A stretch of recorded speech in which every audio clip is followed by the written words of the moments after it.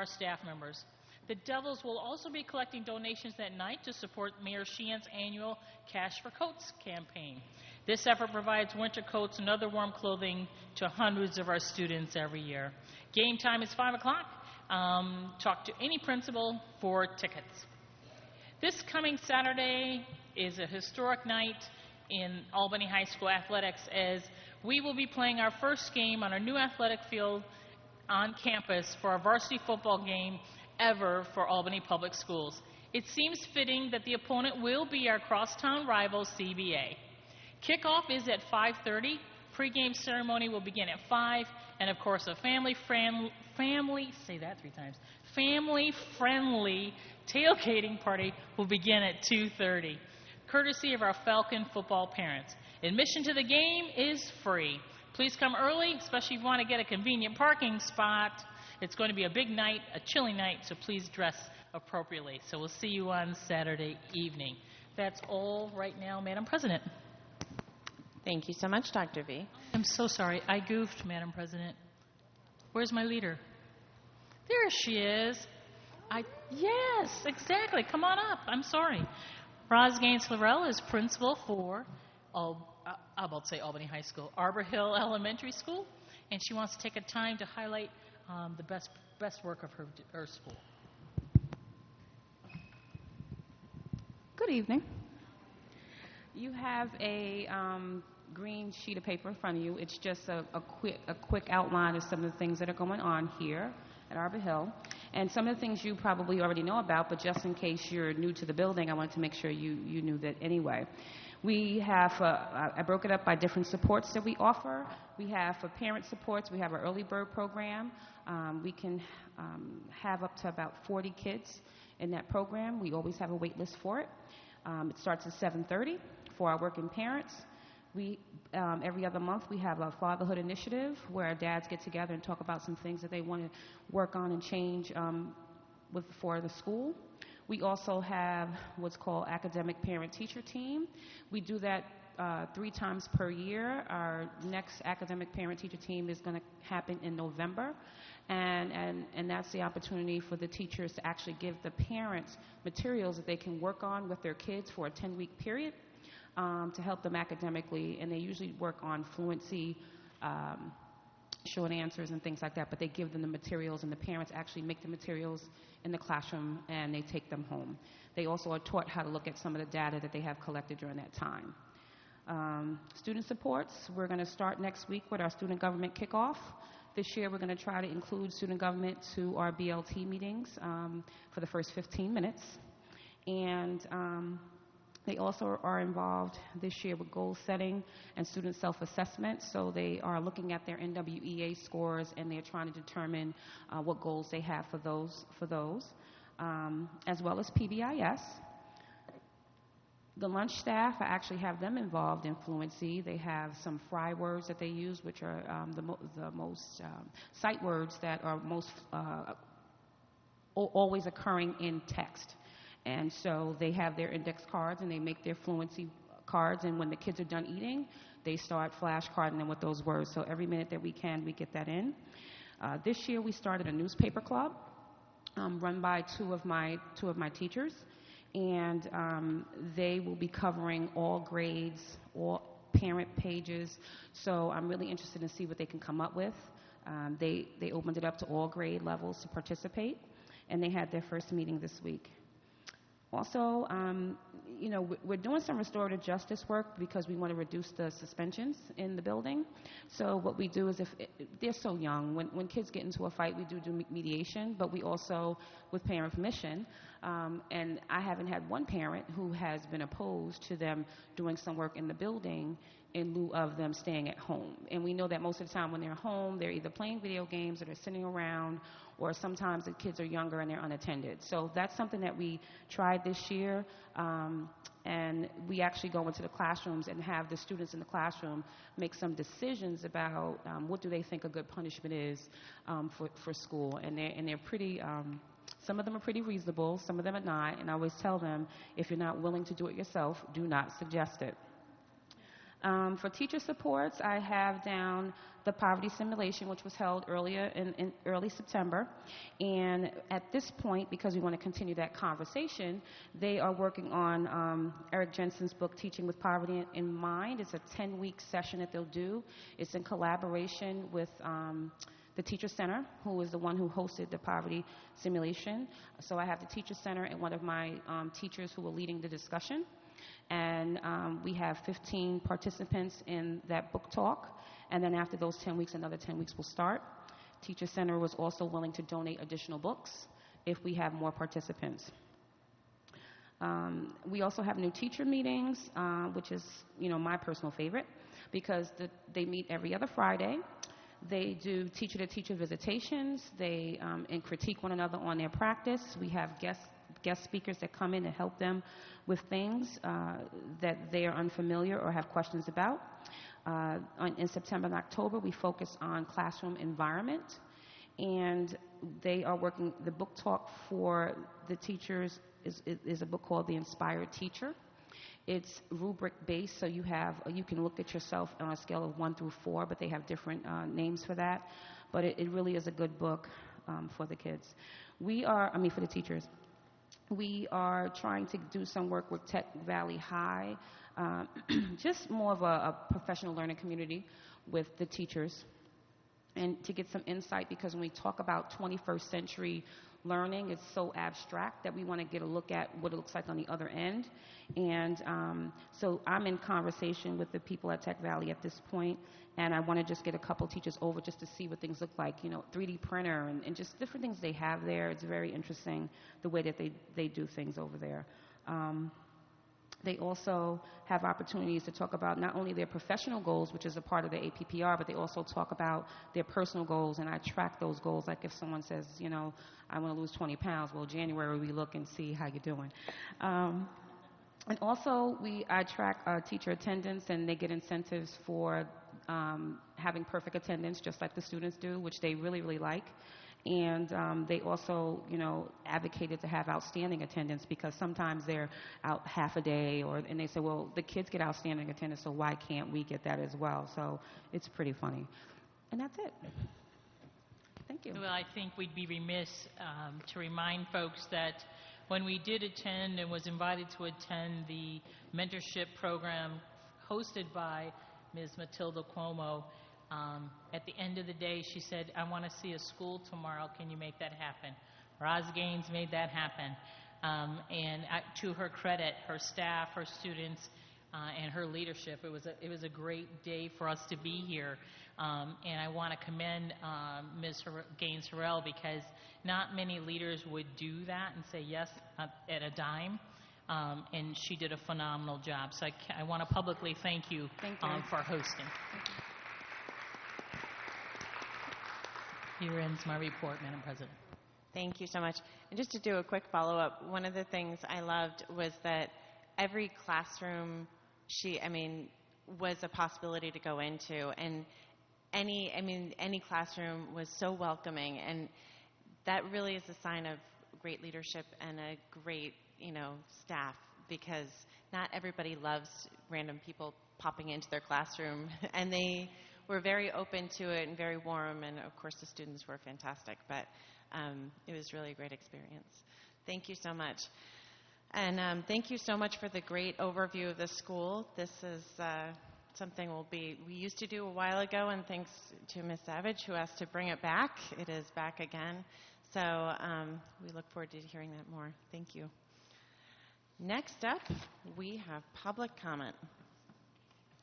The Albany Board of Education welcomes district residents, parents, students, and other people to our meeting.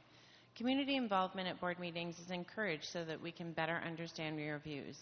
Please be aware that by law, individual student information or particular personnel issues cannot be discussed at public sessions of the board. When recognized by the board president, please state your name and city of residence. Statements are restricted to a maximum of 3 minutes, and speakers will be notified by the board president when their time has expired. We take public comment very seriously, and careful notes will be taken. However, the board generally does not respond while the meeting is in public session. First up, Catherine Malley-Sipos.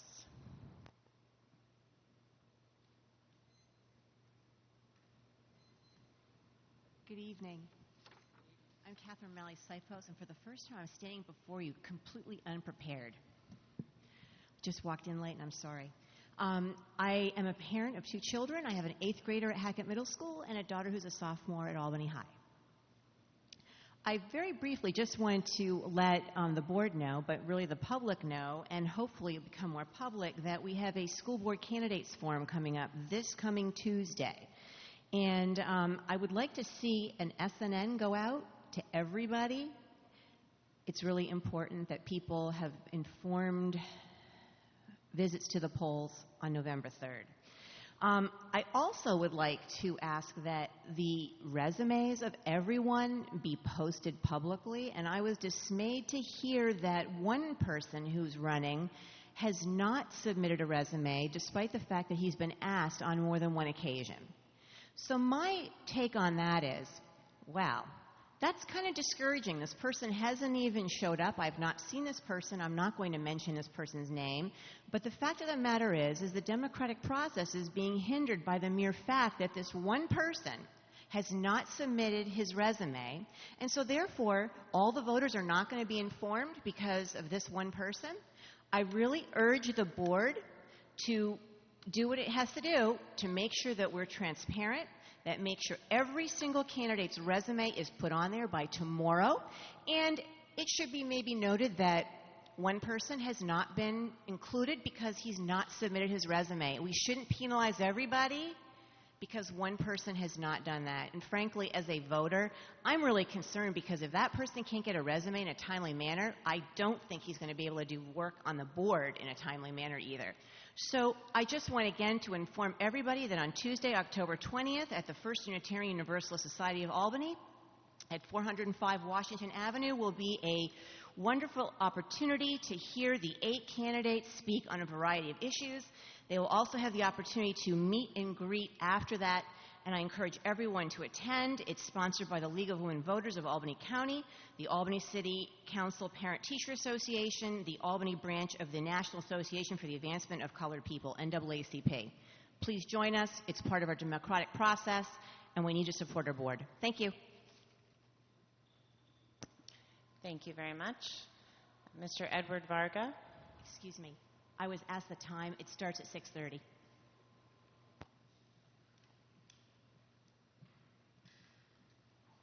Good evening. My name is Edward Vega, and I have 2 of my kids that go to Auburn Hill. It's just caring concern about the safety of our kids.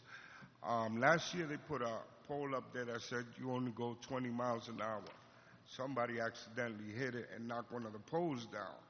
We got one in the corner, but not one in the front. And these cars be flying up and down. And I'm just concerned about the safety of our kids. It's been 2 weeks. The front window of the entrance is broken. That's another thing. I mean, any kid can get cut. I volunteer for the fatherhood thing that goes on in this school. And I'm very proud of it. I'm very proud of the kids that goes to this school. That's just my care and concern. Thank you very much. Thank you so very much for coming in and talking to us about it. Yes, we'll ma'am. definitely take that back. Yes, ma'am. I will check in with our secretary, but I do believe we have time left in this area. If there's anybody that did not sign up to speak but would like an opportunity to do so, and if you put your hand up, I can call on you and you can come up.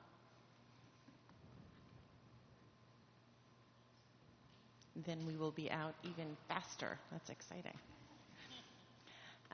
Next up, we have our information items, and we are moving on to the academic report.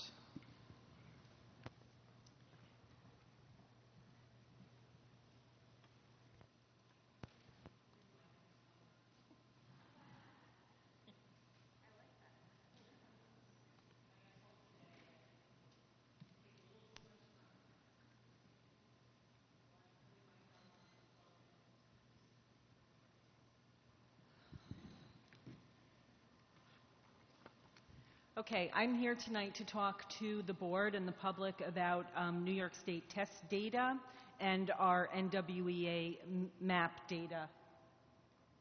And I'll begin with the New York State test data that takes place for grades 3 through 8.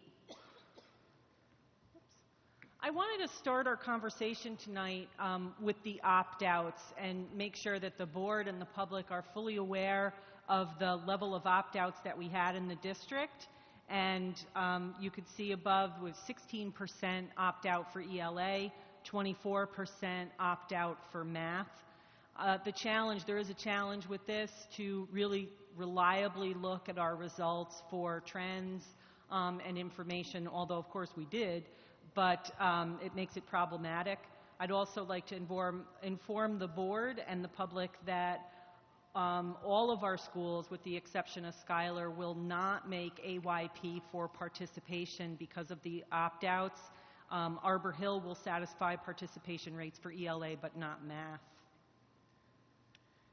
You may be interested to know who opted out, and I've listed up there the ELA and math opt-outs. For ELA, Ashe, Montessori, New Scotland, and Myers. And then the movement gained some ground, and for math, we added Delaware, Hackett, and Toast.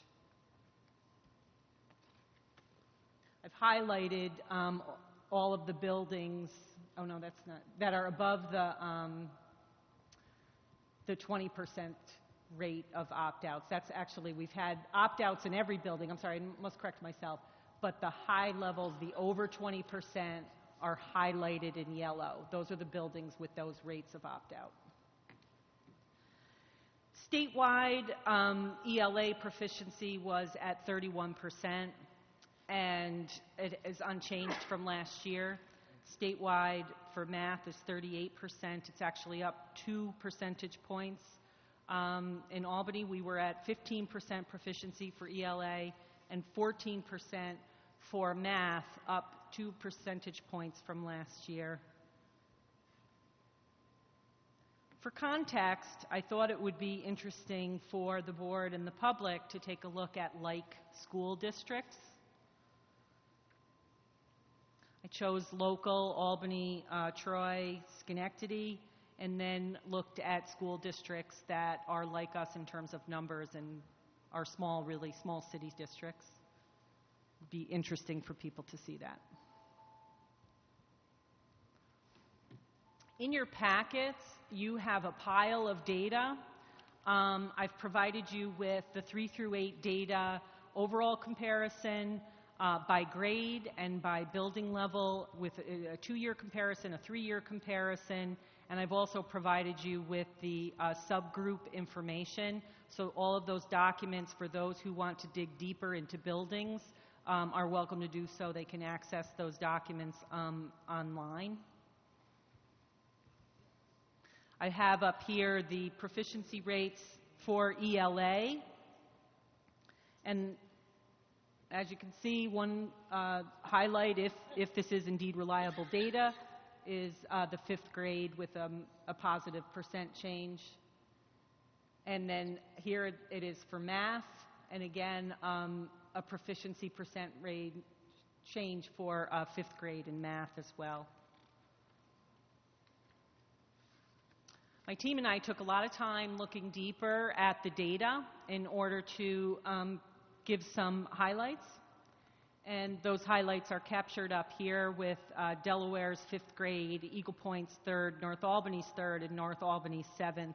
North Albany actually had a very nice gain in proficiency this year. You'll see that we've gone in some of these areas from for the Delaware 5th grade from 9% to 27%. I just want to explain that the 5th to 5th is different students. 4th to 5th represents the cohort, so it's the students that were in 4th grade last year and then are in 5th grade this year. North Albany 7th grade the cohort going from 1.85% proficiency to 25% proficiency. Math, some highlights: Eagle Point 3rd grade, Pine Hills 3rd grade, and North Albany 5th grade. Again, these are the buildings and grade levels that experienced pretty good levels of increase. I did not include any of the schools that had over the 20% opt-outs, even though there are buildings that have other good gains. I did not include them because their opt-out levels were so high.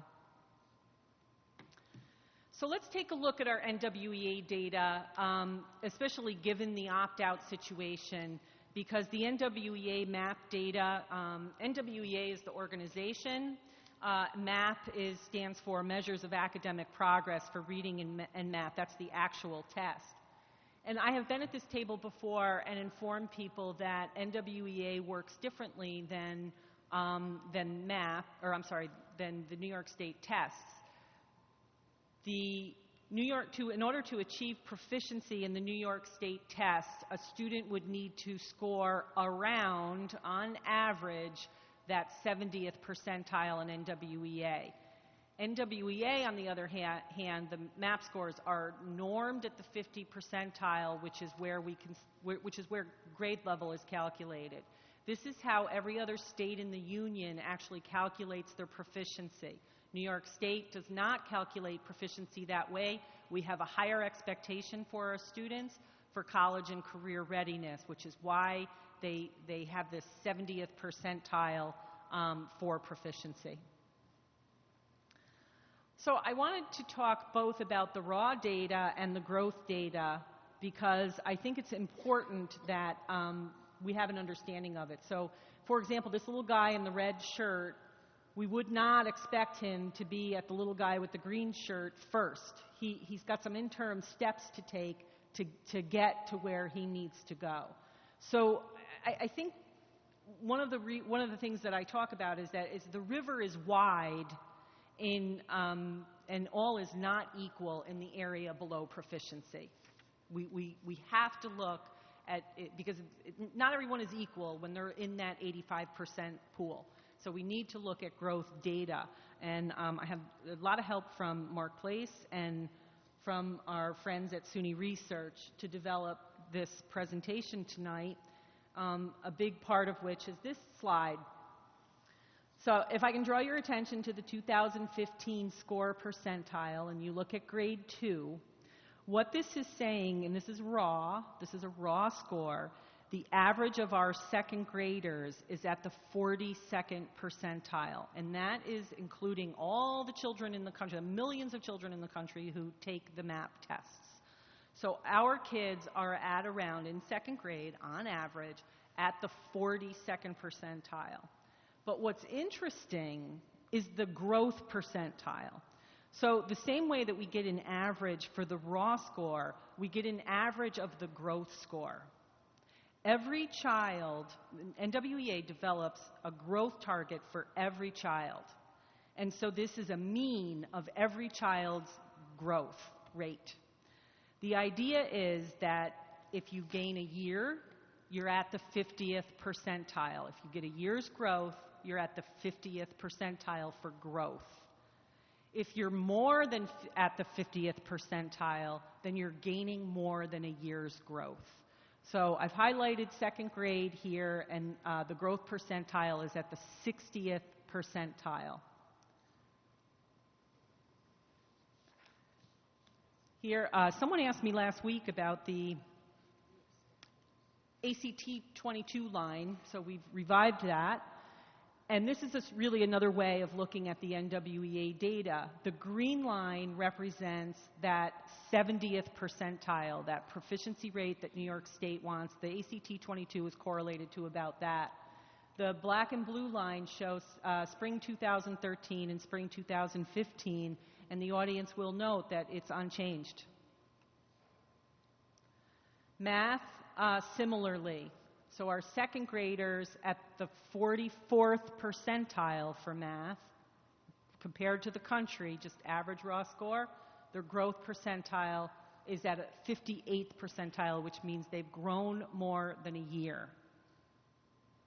And again, when you look at the ACT 22 line, the green line is that one, and then the black and blue line is spring to spring from 2013 to 2015. And it's quite easy to see that we haven't grown. We haven't changed. But what we have to do is we have to look deeper into the data and into the growth scores. And I took a look particularly at the priority schools. There are other buildings. If we look at Montessori, New Scotland, we will see those growth scores there as well. But I wanted to highlight for the board and the audience the growth scores for our two priority schools, the K-8 schools. And the first one is SA. And this is for Math Bar. This is for reading. And if you go over, I want to draw your attention to the score percentiles, just the raw scores from 2014 to 2015 to look at just the raw gain. You know, first graders, 23rd percentile, now at the 39th percentile, or actually the 40th percentile in just a single year. And every year, with the exception of third grade, experiencing above the average growth. The same goes for Hackett. Above average growth, even though our raw scores are not at the norm. I hope everybody gets that. I know it's complicated. This is for math, same idea. If you look at SAS second grade, that is an incredible highlight because they have their growth percentiles at that 74th percentile. And they've really raised their raw scores up considerably, and Hackett's growth scores too. Some noticings and wonderings. As I looked through this data with my team, you know, would overall achievement improve with a strengthened early literacy approach? And what lessons, my time is up.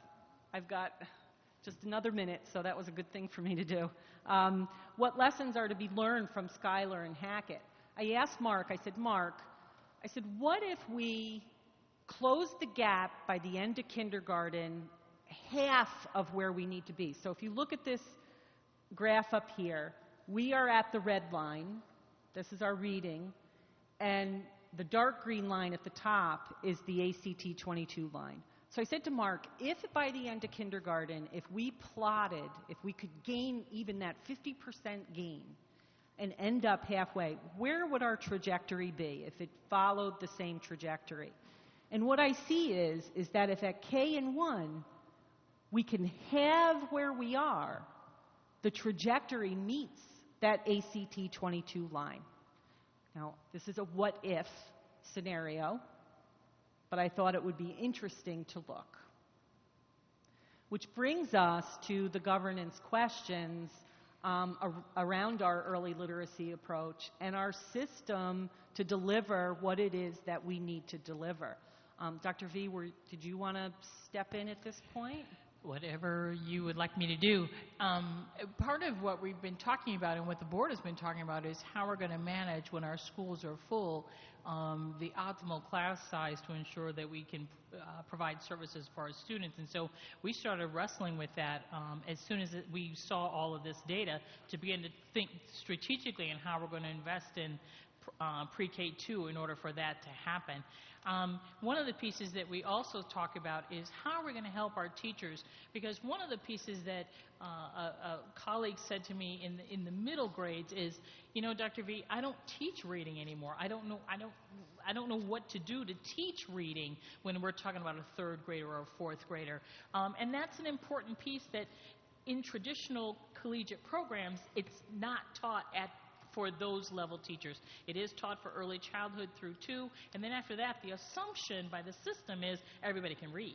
And we know that that's not it. So how do I leverage, you know, all of our university folks and create that so that they can do it?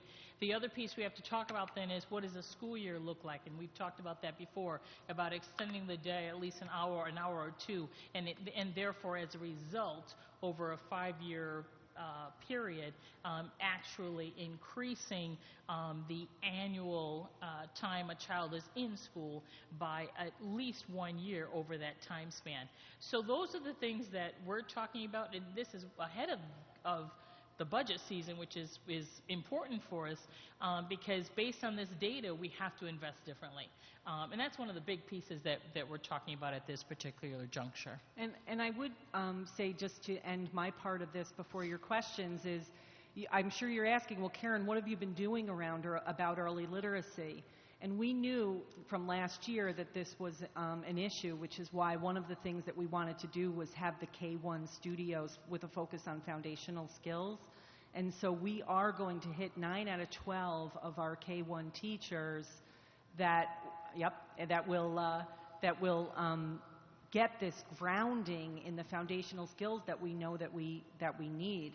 And then the other thing is that we started this year giving all our at-risk kindergartners an early literacy profile, and we are acting on that. The new the new elementary instructional supervisor going to every building, speaking to staff, getting consistent language going, and modeling how that's supposed to look for those K-1 students. So we are acting on the data that we have in front of us.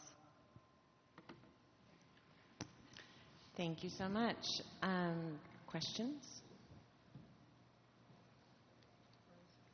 Dr. Brandon, do you have any questions? She said in a minute.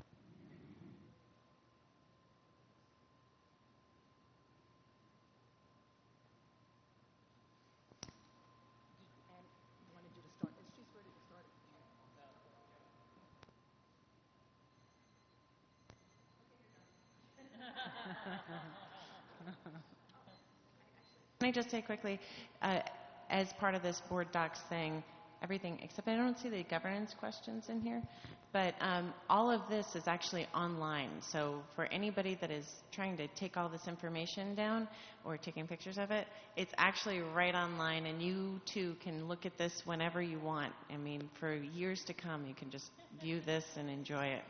So.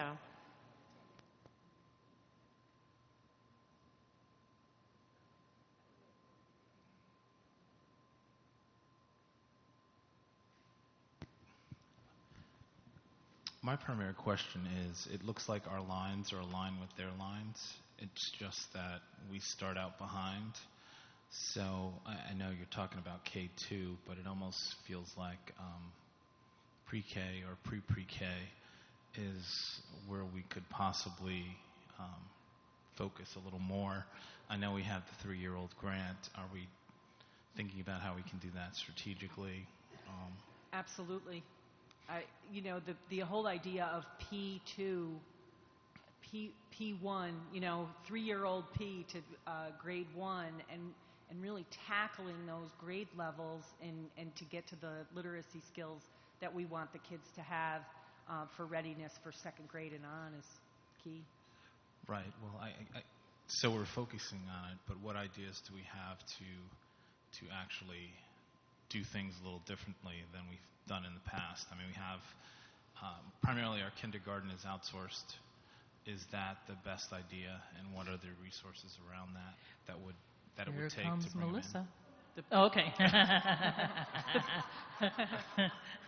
The pre-K is outsourced, is that what you're saying? Yes, and I know Melissa has sat here in front of the board and talked about how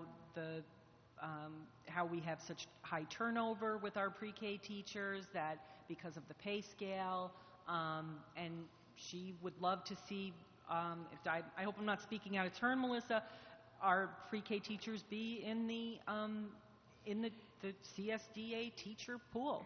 And how could that happen? And one of the things that I will say is that, again, we are working on that. We're studying it because you went away from it for a reason. There was a reason that I'm assuming it's the cost. So we are in the process of saying, okay, so if we can bring this back, what does it look like and what's the cost? So we can make decisions. Right. So the 3-year-old, I'm going to just ask one more question, then you can jump in. Can I comment on that real quick? Okay, go ahead. I'm sorry. I just wanted to say that from the increase in the per pupil allocation of this school year with the new RFP that we conducted, we were actually able to retain about 17 new teachers from last year. So we're starting with a lot less new pool of new teachers. So I think that if we consider that per pupil allocation and what more we can put in as a district to keep that salary competitive, we're looking at teachers who have an early childhood birth through grade 2 certification and working on their master's. So if we can, try and make that salary continue to put a little bit more money in to make that competitive, I think we'll see reduction in that teacher turnover rate. Last question is the 3-year-old allocation that we received. It's not competitive with like social services for 3-year-olds. How are we going to address that? So we wrote the grant to focus primarily initially on our high poverty, high need areas. So those neighborhoods that we look at, that we target for Albany Promise, we'll say, so Arbor Hill, Giffen, Saw Spa, extending a little bit into North Albany. So we're looking at providers that serve children in that neighborhood, and also providers that are currently having children that are 3-year-olds, and spots that work with, that have City School District of Albany children, converting those for this year, because we're already established into the school year, and then next year have that many more number of seats for 3-year-olds. But wasn't there some concern that the amount per pupil is less than the social services amount? Yes.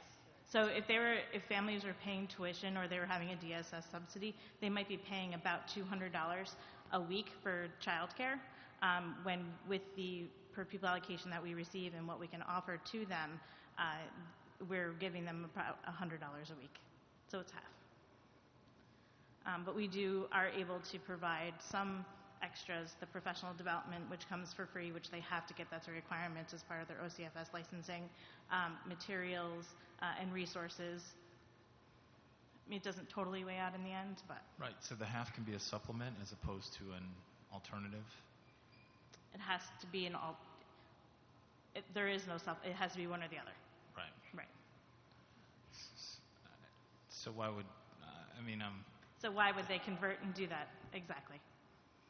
They want to, I think that from the conversations I've had, I went out and visited all of the programs, did site visits, had conversations. It's actually a compliment to the school district is that they want to be a part of what we're doing.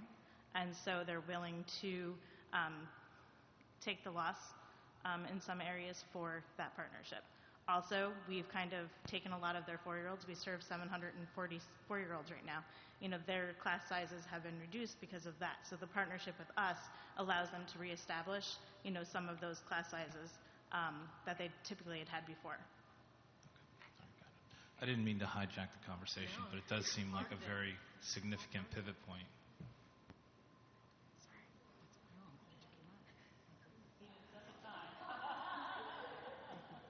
Dr. Brandon, do you have any questions?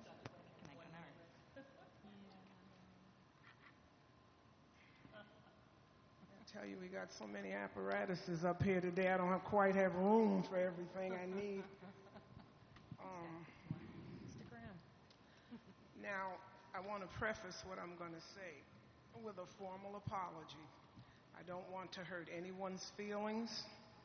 I appreciate all the work you've done to get this report and get these results to us, but this is somewhat of a bleak situation if you look at it like it needs to be looked at. And being a senior board member is super bleak for me. Over the years, we've asked for data. Give us data. Give us data. Okay, you're giving us data, and it seems like the results of the data don't change a lot. I'm going to quote Karen. She said in her cover, overall the district made very modest gains in New York State scores from 2014 to 15. And she gave the percentages from 14.1% to 14.7% in ELA, and 11.9% to 13.6% in math. That's distressing. That's very distressful to me anyway. Now, and I'm going to ask a hard question. And remember what I prefaced my statement with. I don't want anybody going out of here in tears, but we've got to look at this the way it is so we can do something about it. I need to know, and I guess I'll have to put this question to Dr. V because she's the person that's responsible for our district. And I just heard her respond during Karen's presentation of some of the things we have to look at and what we need to consider as we try to move forward to increase these numbers and stop our failing students. But my question is, so when you get a report like this that is as bleak as this one looks, and I want to make sure you understand, you know, I'm looking at your leadership right now. You came to the district in 2012, September, and I don't count that because you were getting your feet warm. But 13 and 14, this report gives us those years, and with the exception of Montessori in New Scotland, which I feel made modest, as much as people like to rave about them, I would consider those gains as modest. And then Albany High, Ash, and Pine Hills are not really that good either when you look at all of this data that you've put in front of us. So I'm wondering, we can't forever look at data. We got to start making some moves to change this situation. So I listened to Dr. V a few minutes ago, and something else definitely came into my mind that we need to be doing, but I need to know from you, Karen, and your team, from Dr. V, from all of you, what are you immediately going to do to get going to do something about this? Because it's clear where the problems are. So what are we going to do? Are we going to continue to surmise and talk about, what we're trying to do and what we're looking at, or are we actually going to do something constructive that the board and the public will be able to see sometime soon that these numbers are beginning to change? You know what I asked myself when I finished reading this and looking at all this data? The first thing that comes to my mind, and some people are going to get angry with me, but at this stage of the game, not too concerned about it. I said to myself, what are our teachers doing with our children that over these years, not a whole lot seems to change? The final question is the connection that the teacher's making with the students. So I said to myself after reading all this, what are our teachers doing with our children that we can't get any further in this data, in these assessments that we are? So I'm asking you, what are we going to do? Tell me something that's going to sound like you have a plan that's going to work for this, because this is bleak. This picture is very bleak, very bleak. So that's where I'm coming from. Now, I apologized in the beginning, so I don't want to see any tears. I'm okay. The talk doesn't bother me, but I don't ever want to hurt anybody. I don't ever want to crush anybody, because I'm not that kind of person, believe it or not. But we've got a serious situation here, and it keeps going on from year. It was happening before the super got here, but it's still happening. And we got to do something about it. And we just need to, as board members, be mindful of our own time. I'm so sorry. Please forgive me.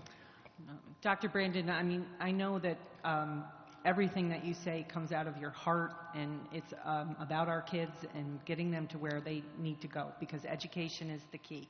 So you asked me, what are we doing? We really do need to look very carefully at what it is that we're doing. So we did put the early literacy profile assessment in right away. We got into every single building, the reading teachers, the coaches, and they did that with those K-1 at-risk children. But they're not ending there. One of our issues, I think, is that we get data, and the step between having the data and using the data to change what we're doing has been a long and hard road.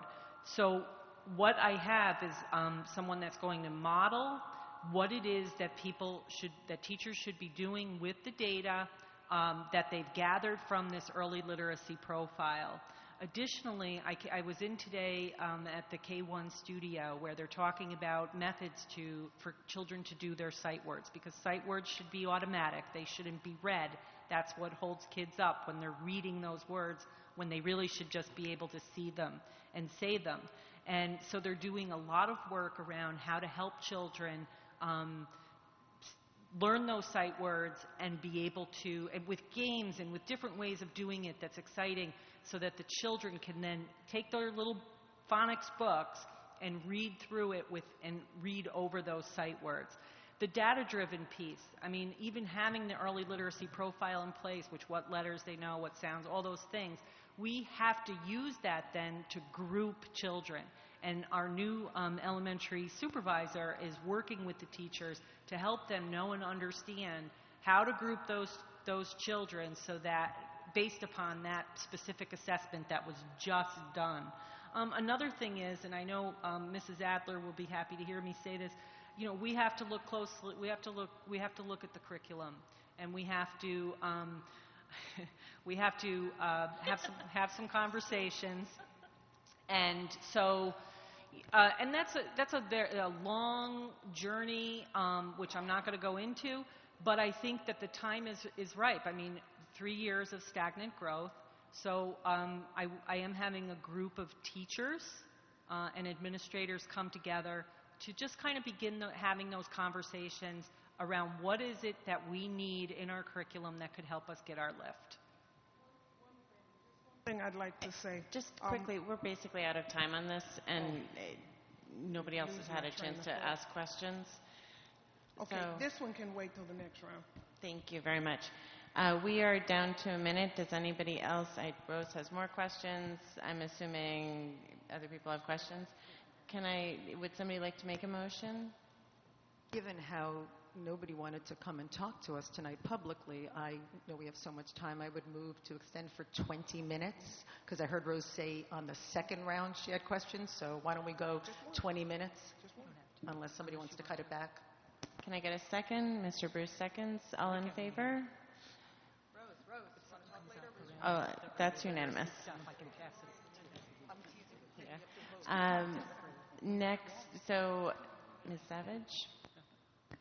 So I have a number of questions both about the data and then going forward into what we're doing about the data. So the first question about the data is in some of your slides you showed what you said was a cohort comparison, 5th grade to 5th grade.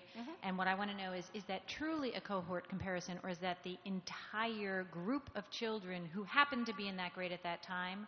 So it's not Johnny and Susie and Mary and Buffy happen to be there and be assessed both times, right? It's all the 5th graders and all the 4th graders who could be totally different kids, right?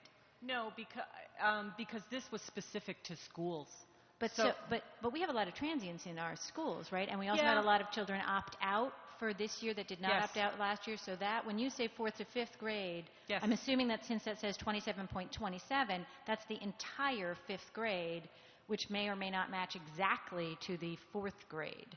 It's the entire 5th grade in Delaware. Right, entire 5th grade in Delaware, and that's the entire 4th grade the prior year in Delaware. But there's With the transiency opt-outs. and opt-outs that would affect that. One of the reasons that I did not highlight, I just didn't even take any of the highlights from the other schools because that were over that 20%. I used the 20% as sort of my guideline, but did pull out some things here from the lower than 20%. But the New York State data is with 16 and 24% opt-outs. It's not just that not meaningful. a great tool this You know, year. I was just trying to make sure I understand this data because this is not actually a apples to apples comparison. It's as close as you could get by looking at the entire grade. You didn't actually recalculate the data for the 5th grade looking only at those 5th graders who happened to be in the 4th grade at Delaware the prior year. No. Okay. So that was my first question. And my second question would be kind of curious what that would look like. You know, we know who the kids were, so it might be interesting to recalculate those and see what the true cohort growth was. So there you go, Mark. If you have more time on your hands and you know what to do with, I think that'd be really interesting.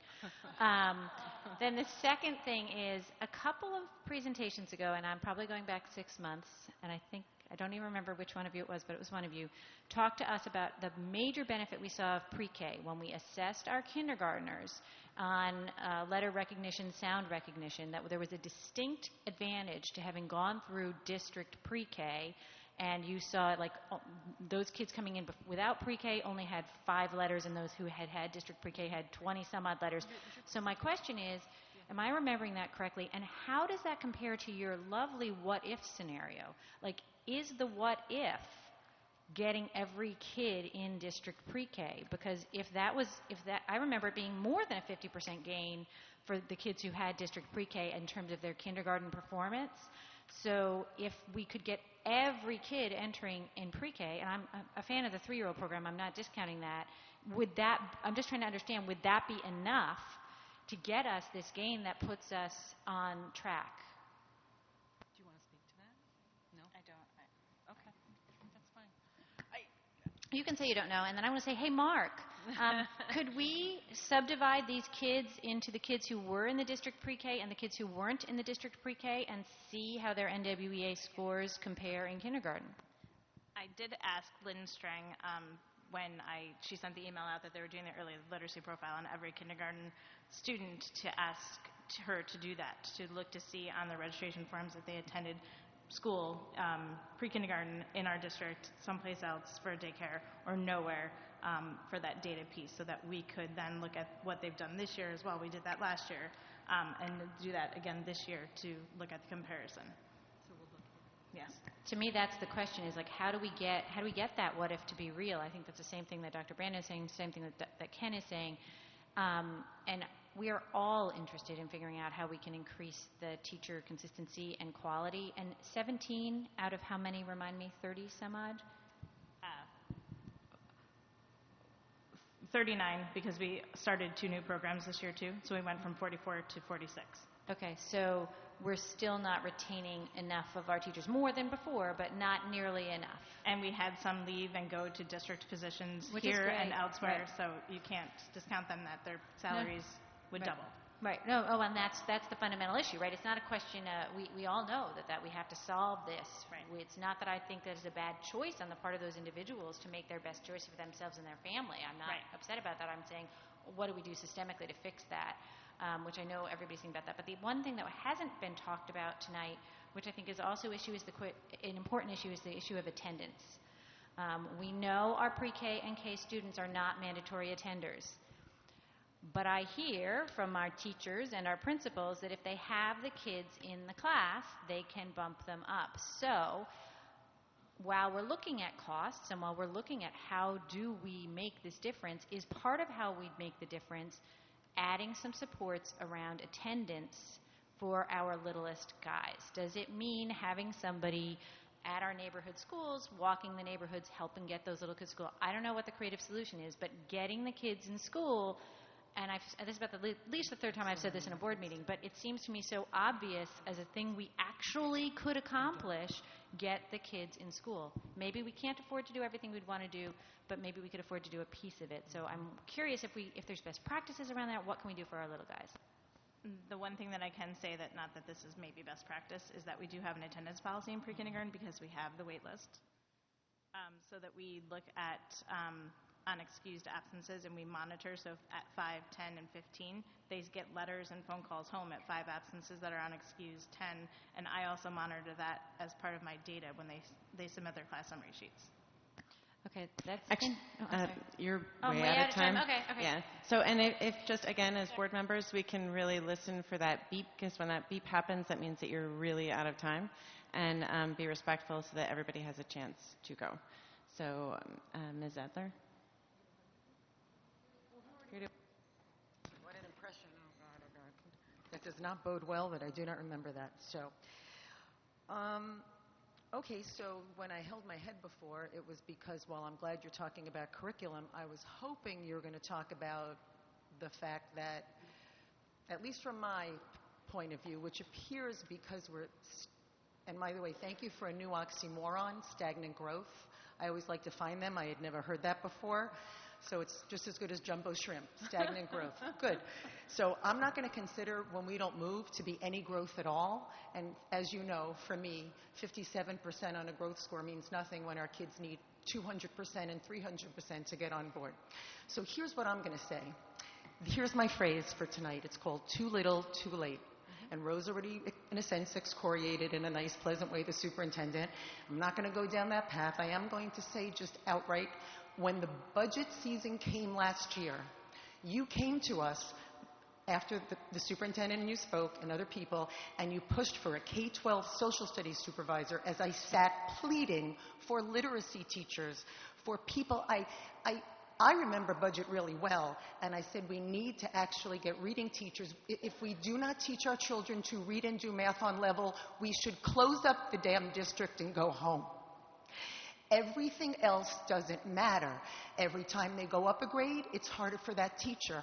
And when people ask what to do in the classroom, what can one teacher do when, I'll go back to what I said, budget last year, you have an AIS, it's smaller now, thankfully, at Hackett, but you have classrooms where children are so far behind, you cannot differentiate like that and start moving.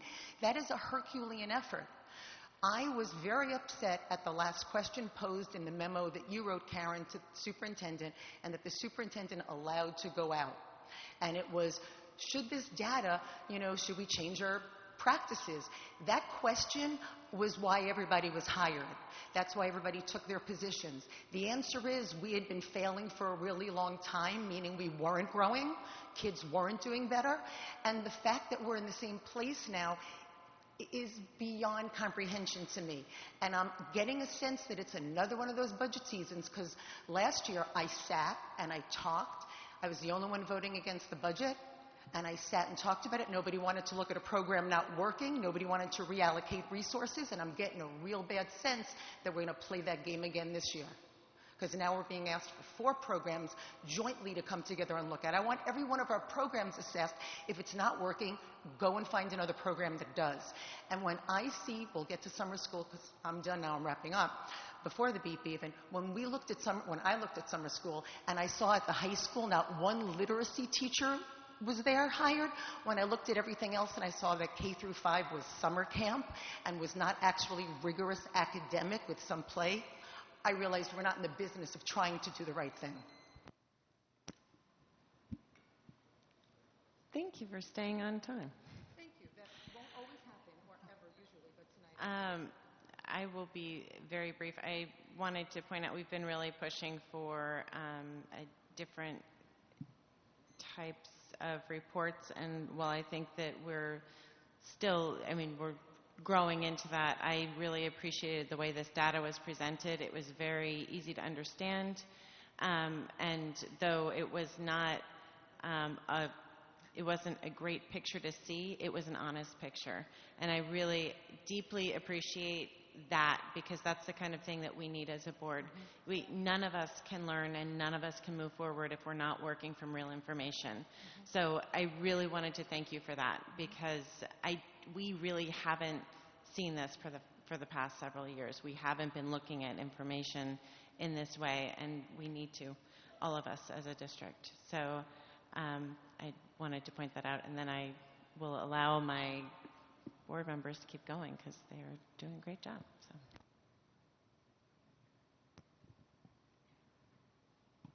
Karen, while you were talking, I will say, I'm sorry, Rose, but just to make sure that we actually have time for people, after that time goes off, I'm going to be interrupting people. Emotionally prepare yourselves. Well, I better rush along here then. Karen, when you were talking, I was taking notes. You mentioned literacy checks. You mentioned model what teachers should be doing. You mentioned sight words. You mentioned increasing phonics. You mentioned a review of the curriculum. Yeah. So a little earlier, Dr. V made the comment that some of her teachers had said, at the stage that they get the children, they said, I'm not a reading teacher. I can't teach the child how to read. So to me, that looks like a place where you need a literacy coach, where you would need other supports to be put in place to help whatever group of children that you found out at that time that maybe that teacher, that isn't her expertise, but it just seems like, the supports should come into view. Now both of my liaison schools, I had the teachers and some of the classroom teachers directly say to me, the coaches are being shared. They have a couple of schools and the kids don't get what they really need for literacy. every day. They get it whenever we've got to do better than that. And I guess it gets to budget and money and whatever. But we're going to have to do better than that. We got to put the money where it's needed, okay? And if we need, one teacher in a room with 27 kids is not enough. That's not enough education being transported there, okay? You need another teacher, specialty, whatever is necessitated. But this is what I'm getting from the teachers as I hit my liaison schools. One minute, Rose. What I'm saying is that, thank you, dear. Thank you. What I'm saying is that we're going to have to and we don't want to micromanage you, but I'm, for one, getting tired of coming to, we got lousy data before, we're getting pretty good data now, but I'm just getting tired of getting data. We got to see some changes. We have to see some changes. Yes. You heard Sue gets very passionate. And we don't agree on a lot of things, but this is one thing we do agree on. There has got to be some changes made. We might as well fold it up and just forget it. That's it, Madam President. Thank you so much. No, you were perfect. Ms. Savage, I know you had more questions. I actually will forego my questions in order to just comment on Rose's comment about allocating resources and how much I'm looking forward to the district following through on the DSIP, which has a very clear tenet around reallocating resources based on need, based on quantitative measures. And that's something I feel like we should have done a long time ago, and I know we're moving in that direction, and I look forward to watching that happen in real time, because I think that is what could change things. I just wanted to follow up on something you said, Melissa. Yeah. Are we keeping track? Are we keeping track of the providers and their impact on? We're doing that as well. Yeah. And so you mentioned that you increased the salary, and we're focusing on how that would impact things. Yes. And then can we look on the back end, like if we actually teach kids to read early, how much money we save not teaching them to read later, so that we can have an offset and understand, hey, if we put the money here, we might not need as much money there. It's a great conversation for the grade configuration committee. Okay. Hint, hint. So just a couple of things. One, talking about the data, not that I want to make it sound bleaker, but I want to remind what we always talk about, which is that the slight, modest increases were the increases of what I like to call our kids. Not because the board has special kids, but it's the kids that we're not actually here working for. When you look at the most vulnerable children who come with the least amount and who need the most resources, those are the kids who are actually going backwards. We talked about it in the spring with NWEA. We talk about it now. That hasn't changed, whether you look fall to spring or spring to spring, which we all know that there's a difference when you look across a year and when you look across with the summer in between. But that's for another day. But the point being that our most vulnerable kids, like, I love the people at Schuyler, but in reality, when you look at the state tests, and there wasn't the hugest opt-out there, what you see is dramatic, really dramatic. And even through the discussions of the data, where we basically show that there's been a slight increase in the level 4s, and there has been another decrease, which is what I called, and have continued to call, and it's urgent and crisis. The achievement gap has widened. I am beginning my 5th year on the board come December 1st. And while I'm proud of being on the board, the achievement gap has widened. That is an unacceptable place to be in. And so as a result, and that is the one thing that everybody likes to run on. And the reality is when it widens, something is horrifically wrong. So what I want to point out is that when we talk about opt-outs, I think that actually the data would look worse if we actually, in other words, right now what I'm saying is when the people who opted out, in many respects we've talked about, are people whose kids are in a number of our catchment areas like New Scotland, Montessori, they're in Arbor Hill, there was a very low opt-out. We know Arbor Hill has some of the most challenging numbers and situations. So in the past, when you had the entire district numbers, there would be a slight lift from the kids who were opting out who might score 3s and 4s. So what we're looking at now is actually raw data here. So I just want to point that out. I don't know we should be heralding that we can't look at the numbers. I think they are instructive. Thank you. I'm just going to punch in my microphone. Oh, there it goes. That's why I want the cohort analysis, because I don't think you know that, Sue. And while I understand why you're surmising that, I think that's a very dangerous supposition to just decide that you know who opted out, because we don't always know. We know the percentages, but we don't know what those kids would have scored, which is why we should be doing a true cohort analysis. Who took the test in grade 5, look at those same kids when they were in grade 4, and see what happened to the same kids. And that's why I'm asking for that.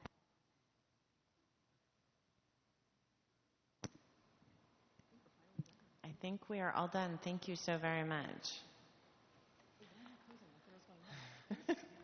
Sue's ready to go home, I think. Next up, we have receivership. I'm just going to punch in one very small thing. If you do not click the green check mark on your notes and you click off of the screen, they go away.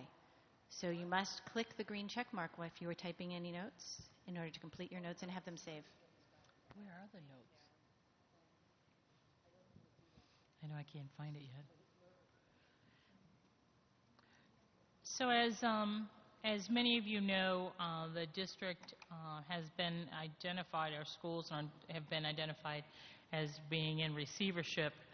And it's happened to about 54 districts across the state, and all the districts are high poverty and high students of color.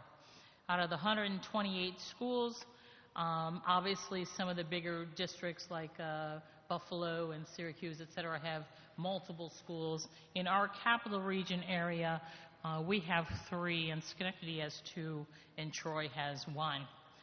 The work of the district to date was to ensure in an incredibly short period of time that the buildings engaged with the creation of and working in partnership for a community engagement team. Those teams were required to create a community engagement plan, as well as make additions or subtractions to the continuous improvement plan. Those teams have worked diligently and have completed all of that work. The last piece that had to come were indicators. And indicators are still an interesting piece, and you'll be glad to know that Albany always pushes SED to try to think a little bit differently. There are 2 levels of indicators, level 1 and level 2. Each one of them has 5. We're supposed to choose 5 in level 1, 5 in level 2. The State Department picks however many they want to pick, and we get left over. One of the things that we all heard was we want you to use local measures, local indicators for measures. And so one of the pieces that we use, obviously, is NWEA MAP for reading and mathematics. And we wanted to add that in Hackett, wanted to add that indicator. And I know that at SA you wanted to add that indicator as well. After subsequent conversations, it became very clear to us that we weren't quite sure if SED actually wanted us to add indicators, even though we were told to do so. After a flurry of phone calls and emails, they did at least hear our plea that this is what we want to do for our district. All of that information then has been submitted on behalf of Schuyler Achievement, Albany High School, and Hackett Middle School on October 9th. Now here's a timeline dilemma that I wanted to make sure you knew. When we submitted those indicators, they basically said to us, we will not get back to you probably for another 2 weeks. However, you will be in receipt of a quarterly report, which is due at the end of October. That's the sort of juxtaposition that we find ourselves in consistently at the moment. At the same time, as a district, our leadership staff, myself, we're committed to hitting all the deadlines SED is saying, because they're not going to say we're not going to hit those deadlines. But you can tell that there's a conflict often in how we're moving forward. The template for that quarterly report has arrived, and all the building leaders have it, and we will begin working on that, obviously, in the next couple of weeks, even though we don't have indicators in place. All the leaders right now are in the middle of contract negotiations. SA held theirs today, and I don't know if you're ready yet but I'll just leave it that way. They held theirs today. Hackett Middle School held theirs before, and we already have an agreement there, and the high school is slated for negotiations beginning in a week. Those negotiations will keep moving forward until we get those to completion. And that is the latest news from the receivership world as of right now. Questions? Do you have any questions?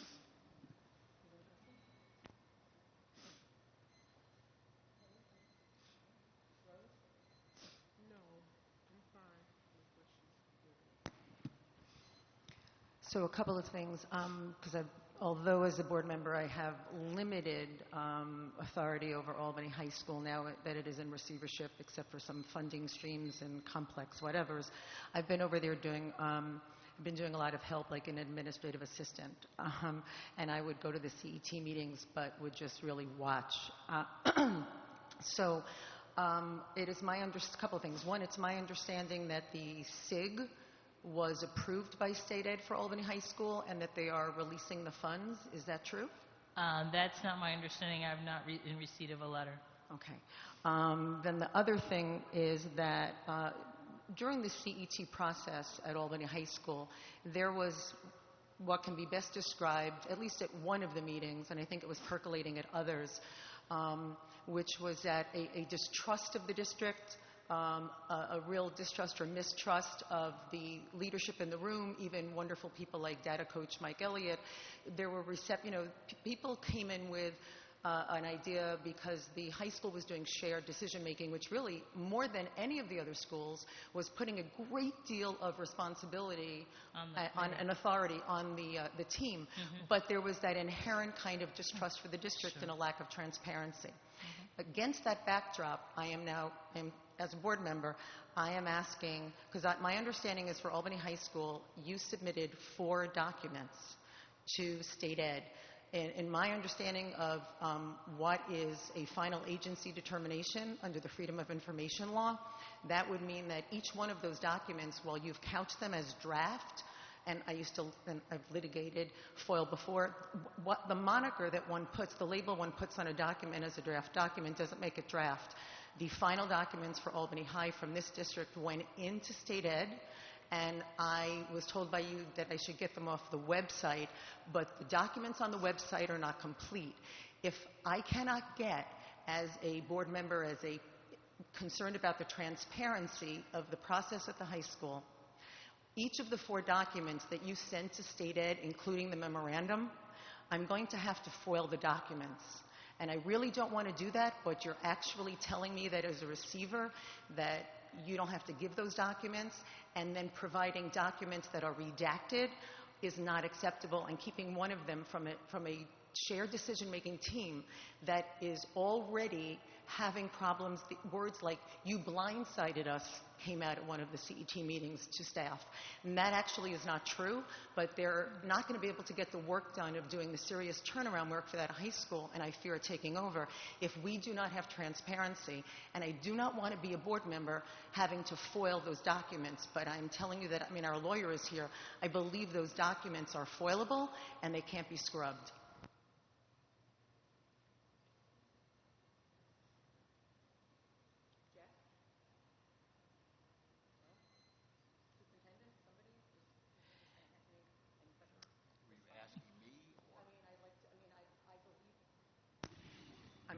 Stating a legal position, I didn't want to put us in the position of where a vice president is now seeking a FOIL document, but I don't hear the superintendent responding in what I'm hoping is, well, now the documents will be released, and all 4 of them will actually be provided to the team at the high school so that everyone around that table knows exactly what State Ed has before it.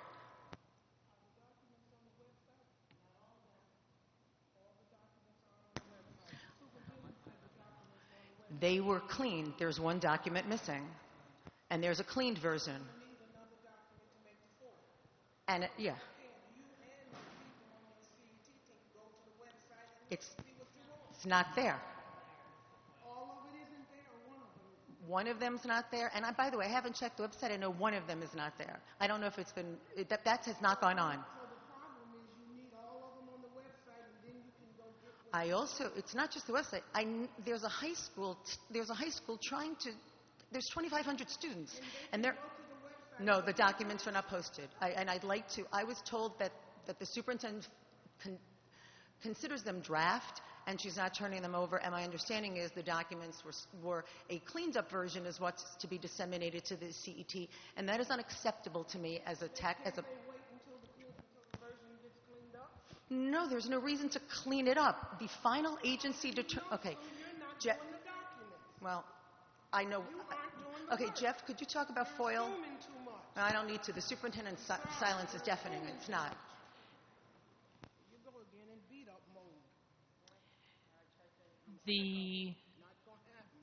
The piece of work that you're talking about that's not on the website is a conversation that I'm having with the State Department around receivership. In all of those documentation, there's nowhere in there that talks about the receivership and the receivership role. And so that's what that document is speaking to. What could happen in Albany High School and the ideas around what might happen. Those ideas are a conversation literally with state ed. Am I within my bounds? Am I where I'm supposed to go? Is this doable? And so that is not, there's no place in that documentation, and it has no direct impact on the community engagement team document or the other. So, I mean, I'm just trying to get information from the State Department around work that the receiver can do. That's the purpose of that document. Superintendent, with all due respect, before you embargo the documents, I know what's in the document, and it is not a conversation. It is a final decision, and it is It your is not a final decision. Okay, and what you put into that memorandum, which I believe is subject to FOIL, is actually not fully reflected in all the other documents. One of them was kept out, and as far as I'm concerned, I'm going to have to FOIL them. I'll just FOIL them tomorrow. Are there any other questions?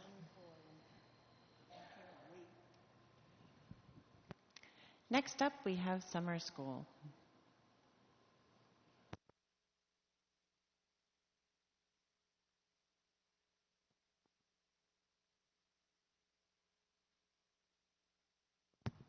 We have a plethora of people. Let's go in order and figure out how we're going to arrange ourselves. I can't even tell from this what the order is. Nope, that's not it. Jenny, I can't. The reason why I have to cut my retreat short for this kind of foolishness. Jenny, what's the order of this Oh, there it is. Is that called presentation or something?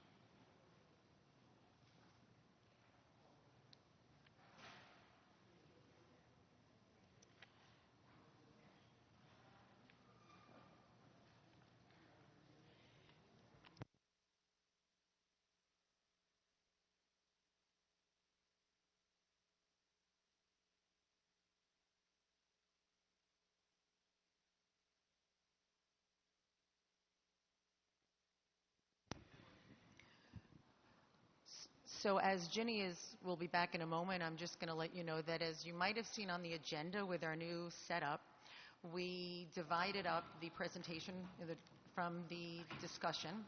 And so there are 3 groups of you, in a sense, and that allows the 15 minutes to be divided up, so it's 5 minutes a pop. So Mr. Bruce is going to set up 5, I assume you're doing 3 separate presentations? Oh, you're going to do 5 different sections. I guess it's 3 minutes each.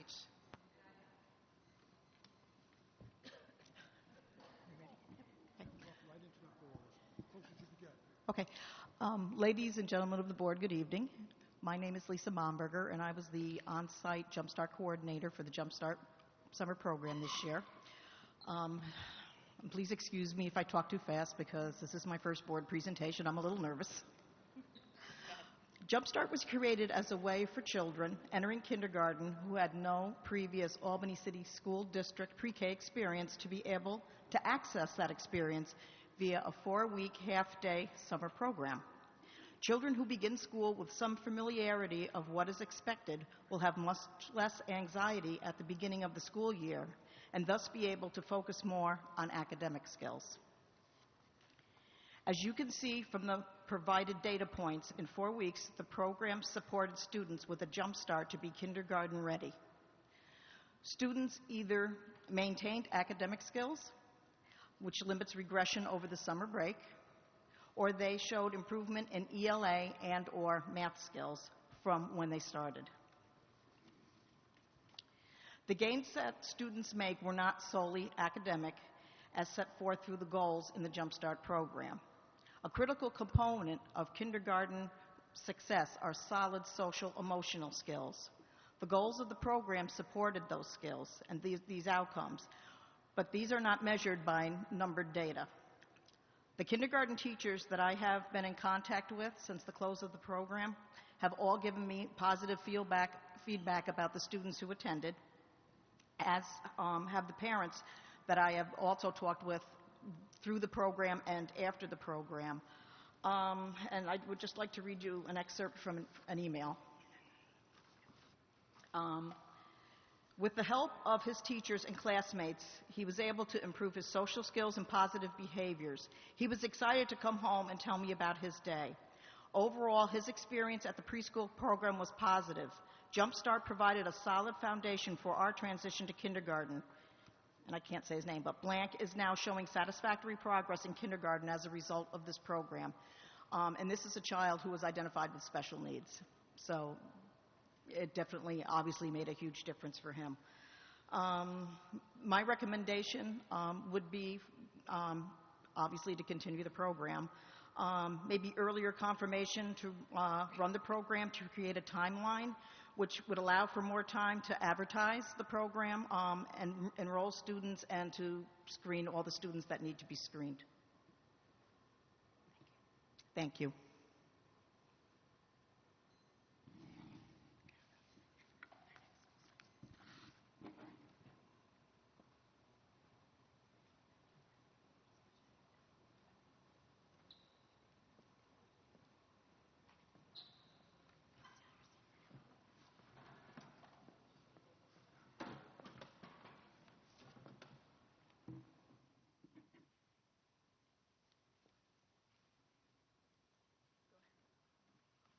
Good evening. My name is Bridget Dodson and Wanda Carter. Sorry about that. We were the co-coordinators this summer for the new elementary summer school program. We had an enrollment of 553 students, and they were enrolled at 6 different sites with an attendance rate of 85%. We based the response from student surveys and also from parent surveys this year. Our next steps for the upcoming school year would be to refine the application process, to hire earlier. The coordinators were hired rather late this year, so we were kind of playing catch-up most of the time. To continue planning with the coaches and having all of the stakeholders, including some of the community members as well, present. The students were selected by teachers based on their end-of-year Ames Web data, and the 6 sites were also paired with another site as well. Anything you wanted to add? Sure. And when Bridget mentioned the continued planning with the coaches, this was not a year that we had the coaches really involved in the program because of the design of the program. So that's one of the big core things that we want to make sure happens next year, that we bring back the coaches to be a part of that program. Any questions?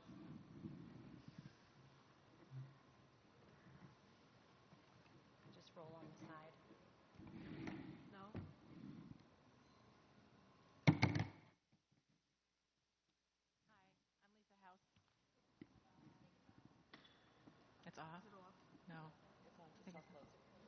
Lisa House. I supported the START program for the 6th and 7th graders in our district. The successes that we found these were the major successes we found. 85.3% of our students completed the program. We implemented PBIS this year in our summer school, which was new for us, and it was very effective. We were able to keep student behavior logs daily per class, and it supported the work that we did with the parents to let them know how our students were managing. We did daily attendance calls to keep our students in school. When they were tardy, we made sure that they got to school. We brought them in. They got right into the classrooms and did the work that they needed to do. We picked, as you know, we picked the priority standards this year. We did a little bit differently, and we picked the priority standards to drive the instruction for math and ELA. And as a group, the teachers and I felt it was very effective. The students were owning their own learning by knowing the standards and the work that they were doing. They weren't scored. The next thing is they weren't scored by grades, number grades, and letters. They were scored by being proficient and developing, and that led to 87 students going through, finishing our program after 102 started. 86 out of those 87 successfully completed it. They were at satisfactory level in both math and ELA as an overall score, being driven by those particular priority standards as our focus.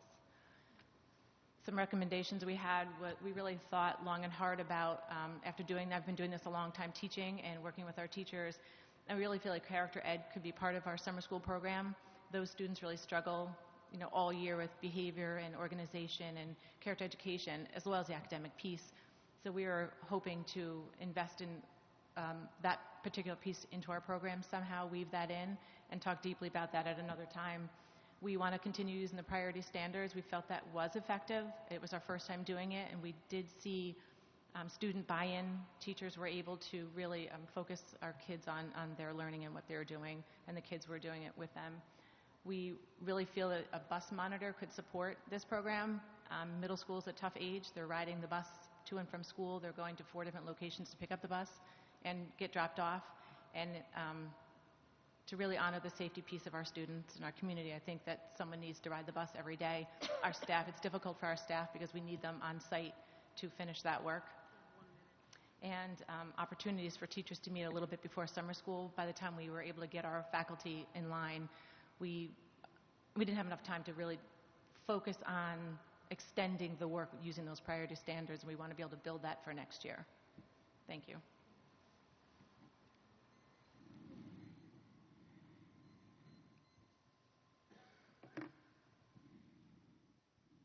Ellen Waljohn. I was the coordinator for the 8th grade Summer Bridge Academy, and as you can see in the document on the screen, it's divided into 2 sections: previous recommendations applied and future recommendations. As you can see, I was the summer school coordinator for 8th through 12th grade. The program continued at Albany High School.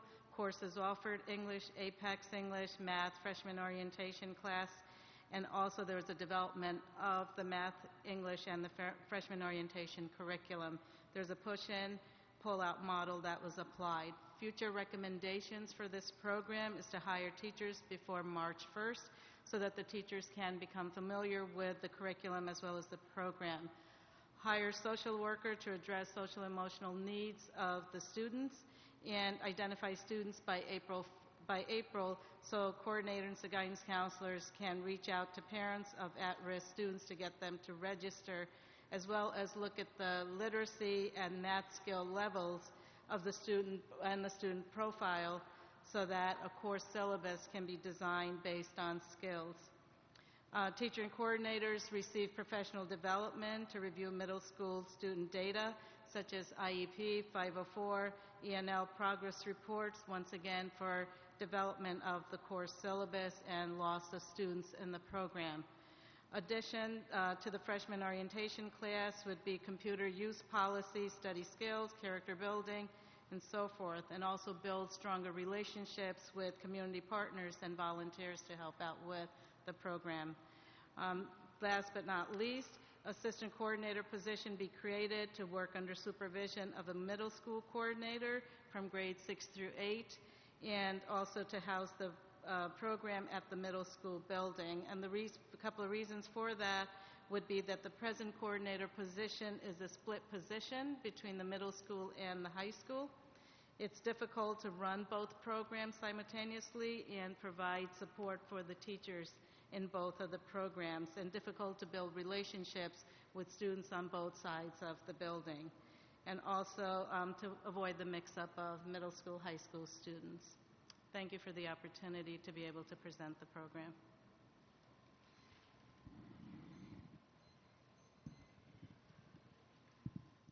Can you switch? Hi, guys. I'm Janet Lavoie. I was the coordinator along with Ellen Muljohn for the high school summer school program. What you see on the slide is we put in some of the previous recommendations from last year. I wanted to include if they were applied or not applied so I could talk about that. And then we included future recommendations.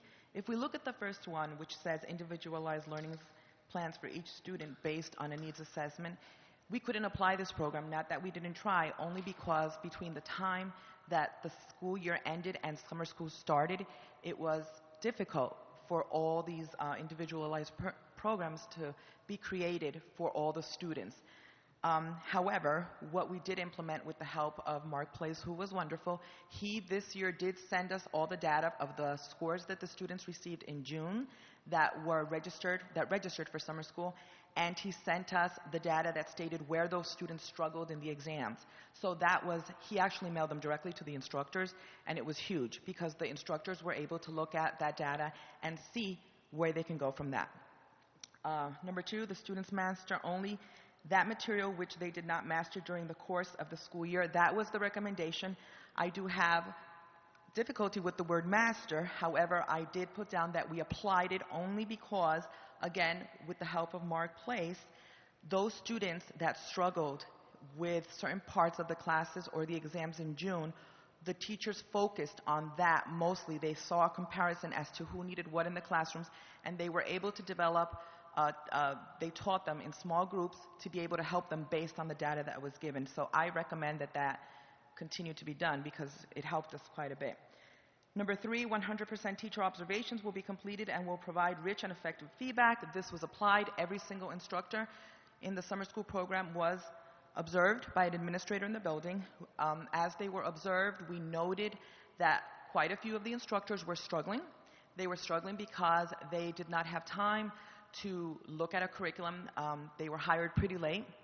But due to that, we were able to put supports in place to help them. My recommendation is that next year, those instructors that are struggling, we look to see where they are, and we go and observe them once again. Number four was not applied. That was a training program for summer school teachers to prepare them to teach the students.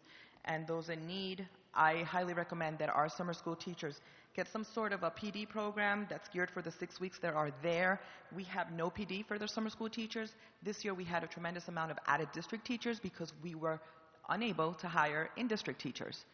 And even then, we struggled with that. So our class sizes, for example, one of our geometry sections had 43 students in it, which is huge. And then that's one of the instructors that was struggling during his observation. So, and number five is Perfect. Questions? Now, my fellow board members, would you like to take this in? I'm a little concerned about time. So we have several different chunks, and I feel like maybe we should just go at 3-minute increments and see if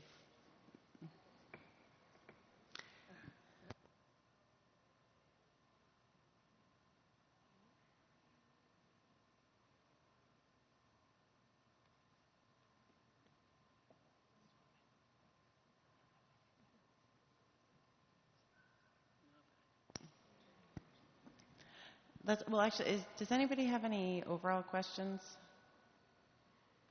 I have one overall question. That's why I ask. So if I can, I don't like to go first, but if I could go first, and it's actually not for you guys, it's for Dr. V or I guess people over there. every year summer school has come before the board, whether I've been on the board or whether I've been in the audience watching board meetings. Every single time there is a request to hire people earlier, to start the process earlier. And every year there is discussion of how it's done last minute for almost every, it's just across the board. So I'm curious, if we know every year our staff is asking to do that differently, why do we keep doing it last minute? Well, I think that's a valid question, and as Bill and I were just talking about, March deadline we can always post and say when the board will take an action and get those folks in place, and at the same time recognize that in the middle of that particular budget time, we are still looking. The summer school is paid for from grants and also from, Bill, what's your word? General fund. And so we can do this earlier, and I think we can aim for March, but I know there's a little bit of complication around making sure we can say you are actually the person to be in that role in March. But I do believe we can change that up, Jenny. I do believe we can change that out. That would be, and Yeah. if it was just possible that if that could be followed up, I don't know if it's possible to make a note that we hear back. The process? And, I would be, well, for you guys, so And the follow up. deadline, sure. But if we could hear back when it happens, Sure. because that's every year. That's, and it seems, it's the definition of insanity. Absolutely. So I have a quick overall question also. There are two of them actually, and anybody can answer. So the first one is, did anybody in any of the programs, obviously probably not Jumpstart, know for each of the children coming into the program, how many were reading on grade level, and for those who were not reading on grade level, how many grades back? I don't want to know about growth, but was that information that you all had when the summer school began? Anybody? Thanks, Wanda. Well, the elementary program was not designed in that way. Ken, would you like to answer that question?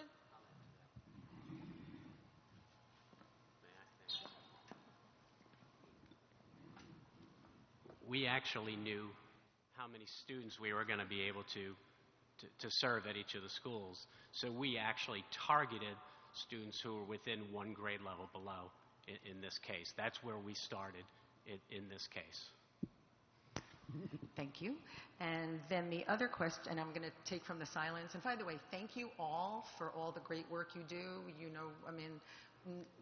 Not getting good numbers at the end is a function, I believe, of the program and the staffing and, things that are not always within your control. But I've gone there and I've seen the work you do, and I know you care deeply about the kids. So that said, the second question there's nothing to do with what I just said, but did anybody in any of the programs have any reading specialists as a staff member? Because I read all the reports, thank you so much, I really appreciate them, and couldn't find a single reading specialist in any one of the programs.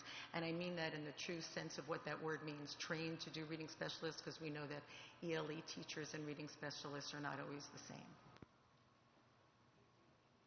Off the top of my head, I can say I know Diane Gretzinger was one of the teachers full day, because she's a Delaware, so. And is she a reading specialist trained in that? She Awesome. is. And any other, 6, 7, 8 high school? No? I'm a literacy specialist, so I worked closely with the teachers to support that work. And just to touch back on the other question, all of our students were below grade level for 6th and 7th grade from their RIT scores, and just knowing that they failed 2 or more subjects, so we were aware of that, and we worked closely with the teachers around that. Was there, I know from looking at it, there was a lot of qualitative data, so I'm not going to go into the fact that that doesn't work for me because of the expenditure of funds and the fact that I see a very different need for summer school than what this is.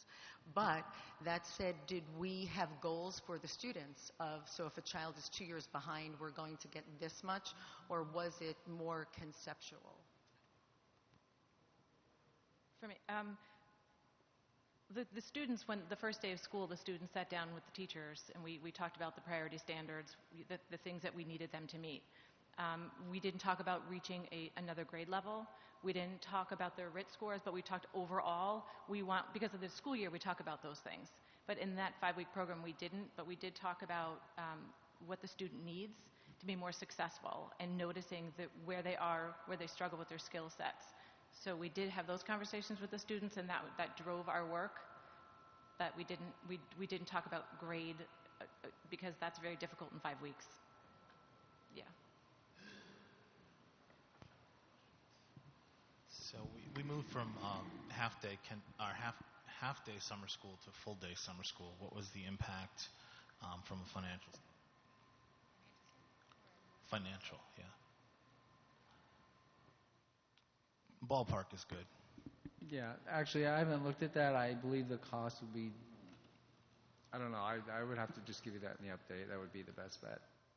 Okay. So it was 400 last year-ish, I think. I think with grants, the whole summer school was closer to 800,000. Okay. For summer. I don't know. Let me give it to you in the update because I haven't looked at that in a while.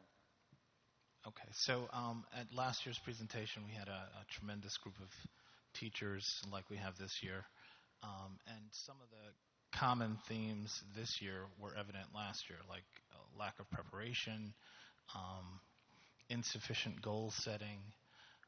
They talked about professional development for the teachers over the summer.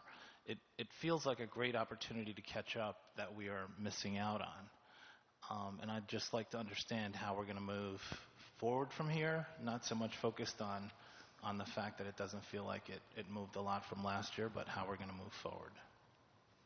I think there's a couple of things that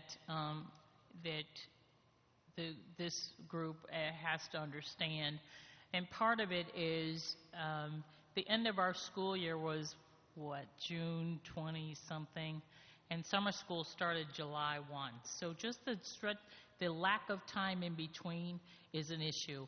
The other piece that we're talking about is how, if we hire these folks early, how we allow them to work together on professional development or the work that they need to do outside of pulling them out of classes. So we've got to do that on a Saturday, Sunday. We've got to find out the budget allocation so that they have time to work together. One of the other complaints around the elementary summer school was as teachers move from building to building, we forgot to leave space for them to get set up in that new building. And so we're looking at how we're going to use time differently, especially on that first day of school. So I think with the hiring ahead of time, budget allocation for them to work together, I think we'll be able to move, be ready to go on the first day of summer school much quicker than we normally are. And I think it will alleviate some of the issues that you're talking about. Right. Well, one thought is, there's a lot of resources here, a lot of teachers here, a lot of commitment from the district. Have we thought about a summer school coordinator that works more than just after the school year ends? I see that as it has to be a bigger job than summer school. But I agree with the concept because this is getting bigger. And so we have to have a way to manage all of that. But you also, the other piece around staffing, our teachers aren't volunteering for summer school. They're tired. So how we manage that, the contract implications in the rehire of teachers, we're hiring teachers to serve as administrators to give them experience. But our administrators don't want to do summer school. So we've got some barriers on there that I know we're going to work through with contract negotiations and other ways. But I think the staffing piece, the PD piece can all happen in the late spring. Right, and I would think it's not, it has to be related that Absolutely. It feels not quite organized and lack of interest from teachers.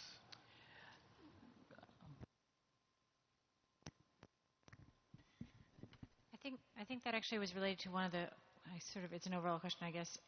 The problem with large class sizes at the high school level, was that reflected across other grade levels, or was that primarily a issue at the high school?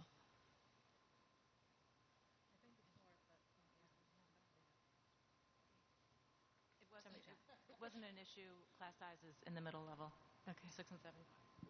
No, so it was really just a particular thing in the high school. So, and was that problem created because we did not plan to hire the right number of teachers, or because we tried to hire teachers and we just could not get people to do the work? What was the issue? We could not fill spots, or we didn't have the right number of spots? This year, when I sent out the number of teachers that I needed, I looked at the data from last year to see what classes at the beginning and at the end of summer school had the most students and what classes at the end had the least amount of students. So it was vice versa than the year before. So this year, the classes, so what we did is we took away from, let's say, English. We didn't need 5 or 6 teachers from English. I took 2 of those teachers and added them to U.S. History that last year had the 40 students in the classroom. Well, this year, U.S. History, for example, didn't have that many students register. Living environment and Common Core geometry and the algebra were huge. And we'd hired the same amount of teachers for those that we did last year. So there was no way of knowing how many teachers to hire for what. But actually, because we didn't hire, we had 1 ESL teacher. We were going to have 2, but at the last moment, 1 got taken away. So when I proposed it, we were able to take that spot from that 1 ESL teacher that didn't show, and I was able to add another teacher for another area. So. And is, we had with elementary was parents had the opportunity to choose which weeks they wanted to come to summer school, and we decided that would not be an option for next year. If these children, we're saying that these kids need summer school, we're not going to give the parents the option of what week they want to participate in summer school. So that's one of the things that happened. They were able to choose if they wanted to come to week 2 or they wanted to come to week 4. So that was really hard for us to sort of, as coordinators, to sort of keep track of how the children were moving along. And can I add one thing? The idea of late hiring, and I know because you guys were getting stuff, right up to the last minute, walk on at board and stuff like that. Some of it was because the new program for us, there were some specialized pieces, like I can't teach chorus, so we were struggling to get some of those filled. So a lot of those late hires had to do with that.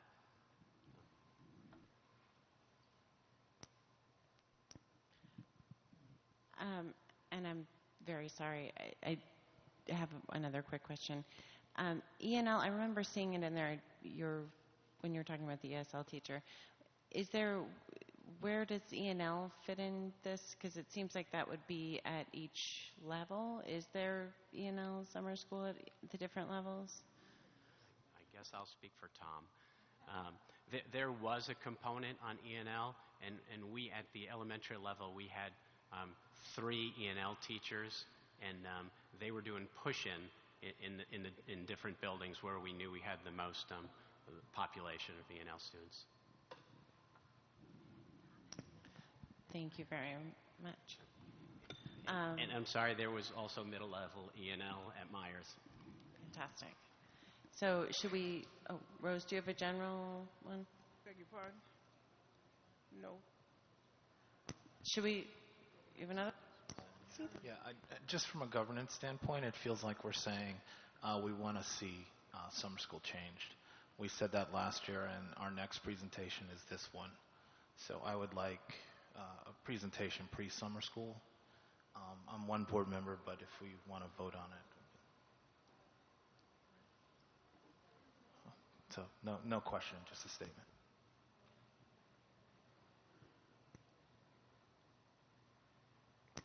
So if we could do our jump start, does anybody have any specific questions for jump start? How is it funded, and how did we decide at 40?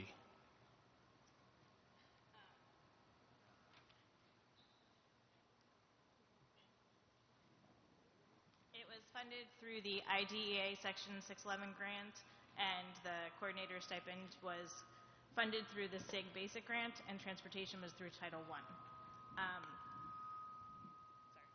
Is that going to happen every year? And the number of 40 was not what we decided on. We had planned a program that could accommodate up to about 120, trying to think of what the number of children were that would register that we didn't currently have in a pre-K program collaboration. And we looked at enrollment data. Every child that enrolled for kindergarten that was a new student or went to registration and registered between April and June were screened by Lisa for that initial piece. We sent out that would be 75 people, 67 screenings were done, and of that, 45 people came, and then we had a couple that had left.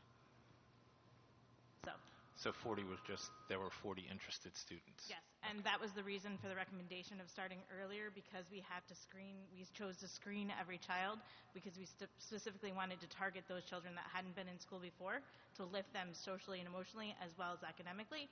And then we also looked at our class summary sheets for children that were in our pre-kindergarten programs, and anybody that was not making significant gains or we thought would be beneficial for them to attend to the summer program, we invited them as well. But it was a time crunch because when the program was, we designed it, it's the first year of implementation. So it might be fairly obvious, but 120, we had funding for 120 if we could have found 120 students. Yes. Yeah. She answered, yeah. Most of mine came out in Kenneth's. So what you're, Melissa, what you're really putting emphasis is on with this particular. Actually, I was very impressed with the Jump Start description, everything that we got on it.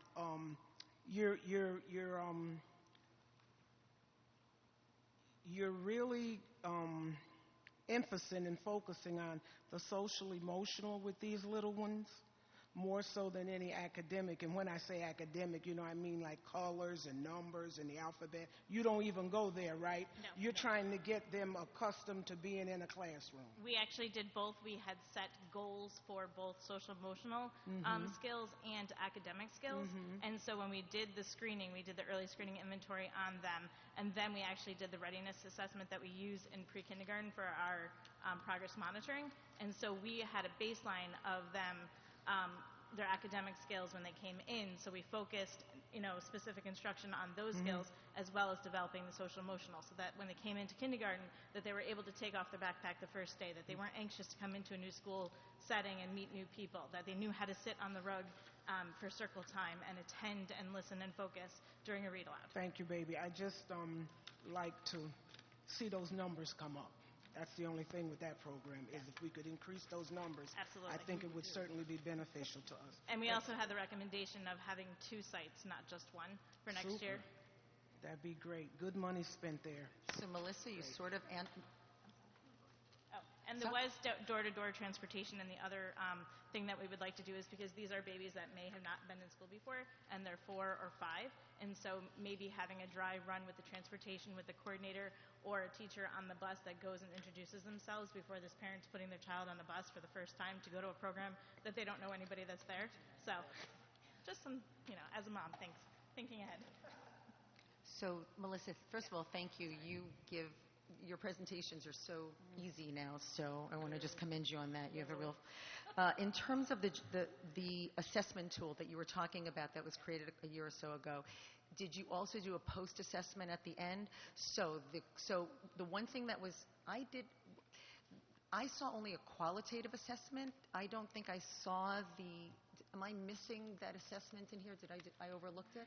I think on the left side of her slide it says 21 students demonstrated growth in ELA and math, and it's growth. But what I'm I don't talking know if that's about, sufficient for you. I know how you feel about growth. So the only reason I was going to ask you is I thought that you actually did through the early learning guidelines and through the tool that you created, that you actually had it a little more about like maybe letter recognition, so that's what I didn't see. So it seemed it's more qualitative than, I would like some more quantitative in there. I would like to see this, especially because you want to be re-upped in terms of money.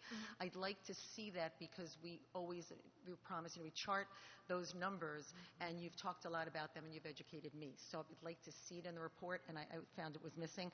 And we do have that, because we have the baseline and right, we have the end but of it year. wasn't. So we will collaborate. Great. We'll, So that's something I didn't think I missed it. The other quick thing, whatever that word is. Oh, the other thing was that where you talk about the number of students recommended versus not recommended, again, I may have missed it, but what was the determinant factor? Because I don't really understand that. What does that mean? Well, and that was my fault when I was typing the report, is that it should have said number of students recommended for academic components, number of students not recommended for academic. They were recommended for social emotional pieces. Oh, good. So when that we made conducted no the early sense. so I apologize about that. That's when we okay, no, no. conducted the early screening inventory and we did the baseline, they came in with some good skills, but since they hadn't been in school before, we wanted to have that social emotional adjustment period for them. And then the results of your assessment tool, did that get sent on to the kindergarten teachers that they go to, or yes, no, maybe? We're working on that now. Okay, because if doing that work really helps. We've talked about tracking from one to the other, and then final thing was, as we talked about before, for UPK. So how was the effort made? I gleaned it from here, but I don't know that I got all of it, to actually get the kids into the program, because I saw words like mailed applications, and we know once again that the kids we want in the program are, it was a very lovely letter that was written, and I'm glad it was special needs, because when you were first reading it, I thought, now that is a really well-written letter. And we always talk about needing to find children whose parents may not be able to provide the education at home. So you know where I'm going. I'd like to figure out how we get this program not to people who don't ordinarily need it, but those who may not know to open their mail or come to us. And what are we doing about that for next year? Well, we did the mailings, and then Lisa called every single person to follow up to the letter that they got. And then might have done that once or twice, depending on the response of the return sheet for the enrollment. What we're thinking of is if we're able to advertise before the start of kindergarten registration, so it's known that you registering for kindergarten could provide you the opportunity to go to this pre-summer program that jumpstarts your child for kindergarten readiness, that we'll be able to have them, when we do the screening, automatically fill out the registration form. So it takes out that process of the mailing piece, so that they register right then, and then it's all set up. So I'll be very short. I just wanted to say that this is one of the things that when people say, what is the district doing that's different? This is really different, right? This is a major change for what we've done in the past. It required a complete reshuffling of the calendar, right? We had to change the lottery for the magnets so that we could make everything work for the schedule. So this is a pretty substantial change. So when people say, I feel like the district is just doing the same thing over and over again, this is the kind of thing I point to and say, that's just simply not true. We are making substantial differences, and this is a really great model. And I would just like to piggyback on that, just to give props where they're due, that this came out of, the idea was vetted with some of the work that we did in our early childhood success action team with the Albany Promise. So it was something that we saw somewhere else that we knew was a great thing that we wanted to do. So we invented it for what Albany needed. So we have 8 minutes now, 7 minutes left. If we can move on to elementary. 6 minutes, sorry. So why don't we start moving with that? Board members, please be brief. So I have a short question, which is, this is a totally new model for us as a full-day model, and the enrichment activities in it, and I want qualitative assessment of whether that was a good move on our part, whether you got, and then quantitative sense of whether that increased attendance and participation and saw kids all the way through, since it was full day and the enrichment activities were part of the program. Well, that was one of the things that the board asked for, the board had asked for a new program. So the superintendent gave you a new program. The morning part of the program was just so you can get a picture of what it was supposed to be like, or what it was like. In the morning, they received the academic portion of it, and in the afternoon, they received the performing arts. In that afternoon piece that we never had before, which this was a full-day program, The parents seem to like the program. The kids seem to like the program. Bridget mentioned, one of the glitches that we had was not being able to hire people who had that area of expertise. So for next year, we're looking at what we already have in our district. For example, like computers, that would be something that we'll try to implement in our program because we didn't have that in the summer program. That would have been easier to hire people for, to teach STEM, to teach computers as opposed to Dancing with the Stars. That was sort of a challenge for us. So we came across some barriers with APSTA where we had to hire certain teachers.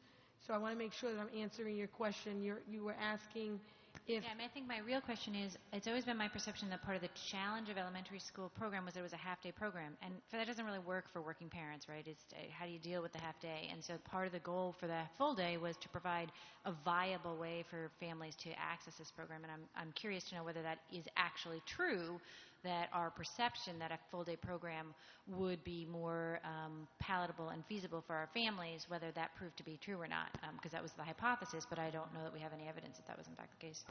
From some of the evaluations we presented? I think that's all we have right now is soft data from the people who participated, but I think we can anticipate other ways to gather that information in front of summer school as well as from the people that participate. We could do it in both ends. Attendance. I would think the attendance would be telling of that. If the half-day attendance was terrible and the full-day attendance was strong, that would be evidence to me that we had. And so, was that the case? Did we have better attendance this year than last year? I don't have that because I don't have last year's, unless you did a comparison.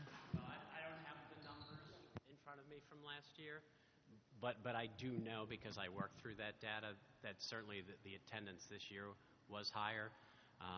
But we did also offer some transportation, even though it was groups of stops, not door to door.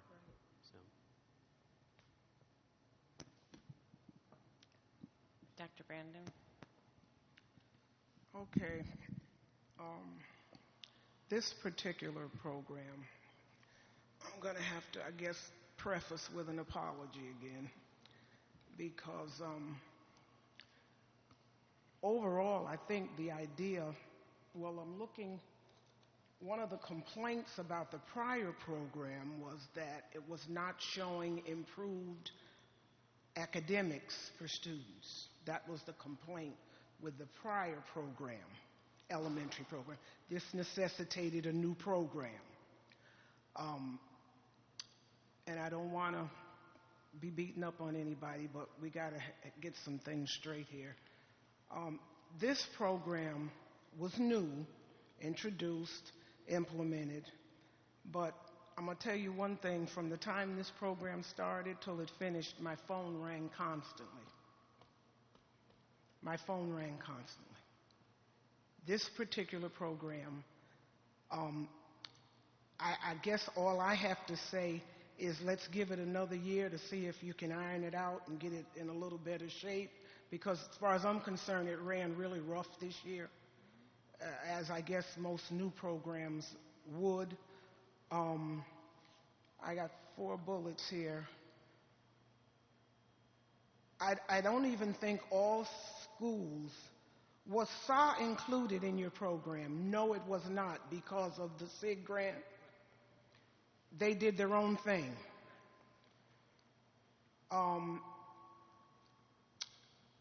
There were other inequities in the program. Certain schools were given materials and other schools weren't, and I guess the reason for this was because the Arbor Hills and the Giffens had after-school programs with the Y and the Girls and Boys Club, so they weren't given some of the nice things that New Scotland and Eagle and some of the other. We can't have that. I can't help whether those Arbor and Giffen have the whatever they're doing with the after schools. If you're going to put a program like this in place, it should be equity across the board for every student. Whatever you're bringing in, nice new shiny cameras for after school, whatever you're doing, all the students should get it. We can't lay back on that excuse. The other thing, one of the other things was this is by choice. This summer school program is by choice. You had 563 students. Of course, that brings about my personal problem with students that are behind or lagging, whatever level. I don't think summer school should be by choice. I think they need to be in summer school. That's my own little thing, though, but I know that isn't our policy right now. There was also a call that I got that there were some homeless children that never got to the site to take advantage of the program. Okay? And, you know, this one was a rocky road. It has the makings. I've read through it several times. The way it's set up, the way it's structured. I also, you know, the enthusiasm from some of the folk that were involved with it was just not even where it should have been. So I can't give you a whole lot of praise for this particular one. You know, it needs to be, a whole lot of work needs to be put in there, and it's the sooner the better, because it has the makings, but it ran very rough this year. There was no need for my phone to be ringing on and off the entire summer with problems with this particular program. I appreciate the effort to do better than what you were doing before, but didn't make it this year. Hopefully, if you do whatever now, why isn't that one up there? Whatever your next steps are, the application process, I think that was a little off, because on some of the schools' applications, you had one thing for the afternoon program, and then on the other one, you had nothing. I looked at some of those applications. That had to do with some of the calls that I was getting. Now, maybe you can explain it away. I don't know, but I don't think so.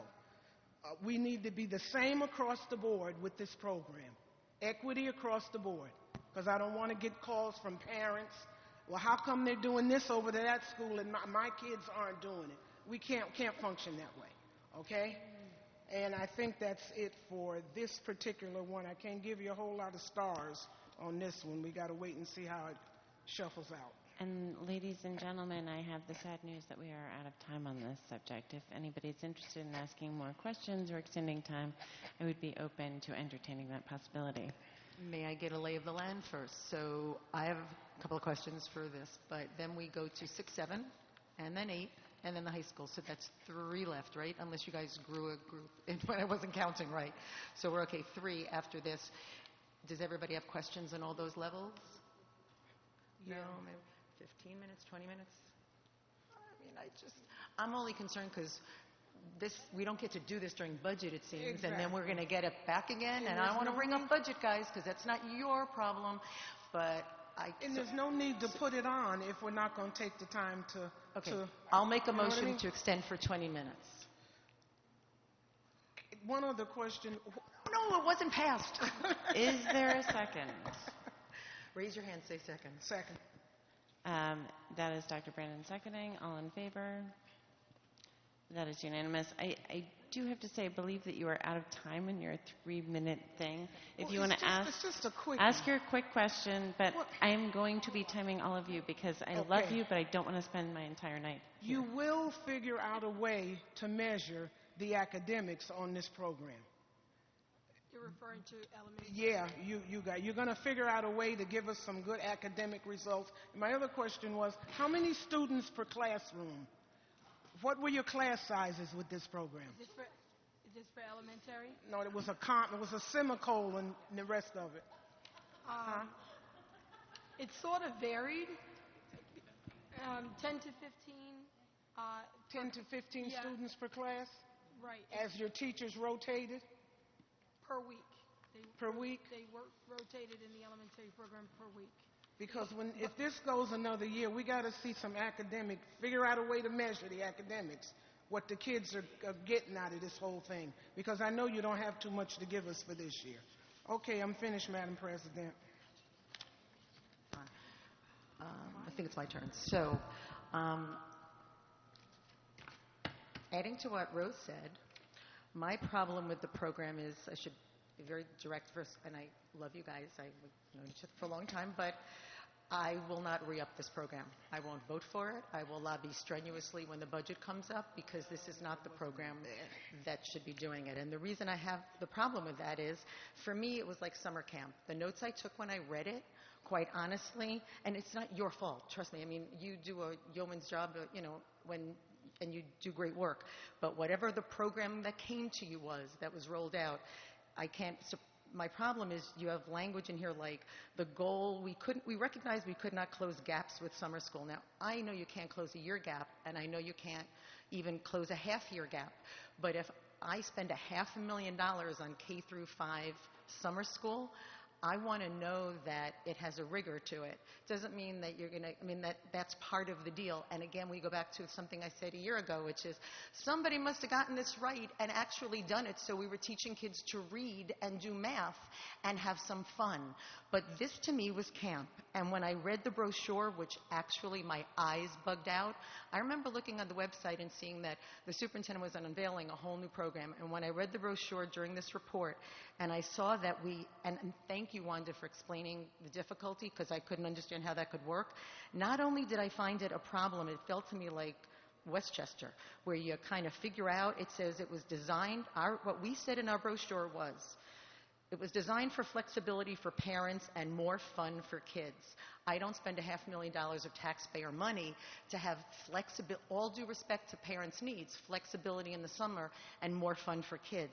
And then parents can register their children for as many weeks as you believe your child needs.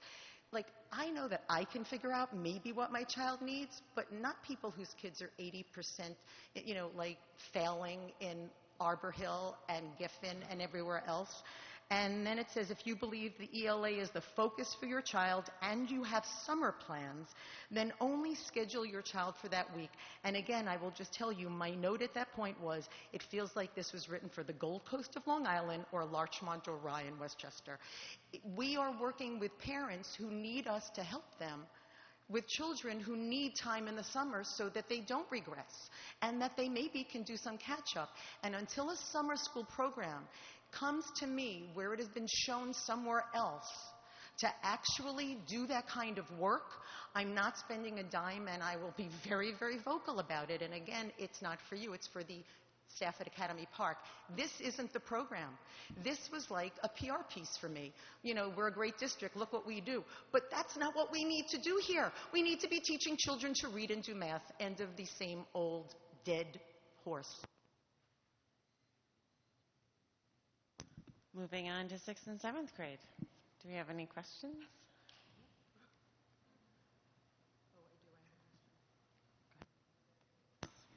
Oh, did you? No, go. Mr. No, Bruce. Mr. Bruce, really. You're on the stage. We're all looking at you and your lovely purple tie. And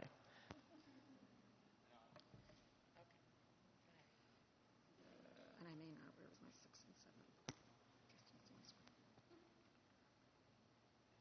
No, my question's for 8th grade. They didn't have any. The only question I have for here really is, and it probably should have been an overall question, the pre-K, the Jump Start program really talked a little bit about quantitative growth, a little bit of growth information, and I am wondering why we don't see that in all of the programs. Like, is it just because it's too difficult to measure over such a short period of time? In this it says success that people completed, the PBS implementation was good, but I don't see metrics around student performance, and I'm just not understanding really why that's such a discrepancy between the Jump Start and the others. I would say for elementary, that was actually part of the dilemma that we've had. And we can't continue to tell folks that in 20 days your child's going to move. What we can do is talk about how we maintain at that particular level. And I do think we can measure that. I think our difficulty really at the beginning of this was getting that information in our hands, especially at the elementary level. But I think if we plan this a little earlier and move forward, I think we can have a little better picture. The other dilemma is we can't measure NWEA then, of course, until the fall iteration. But in the fall, then we should be able to say summer school.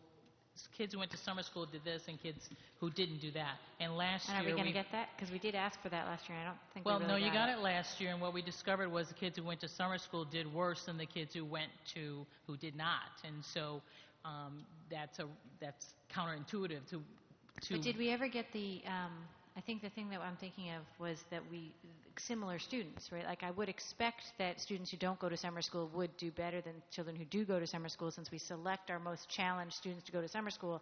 What the more interesting thing to me would be children who were selected to go to summer school but chose not to go to summer school as a real cohort analysis.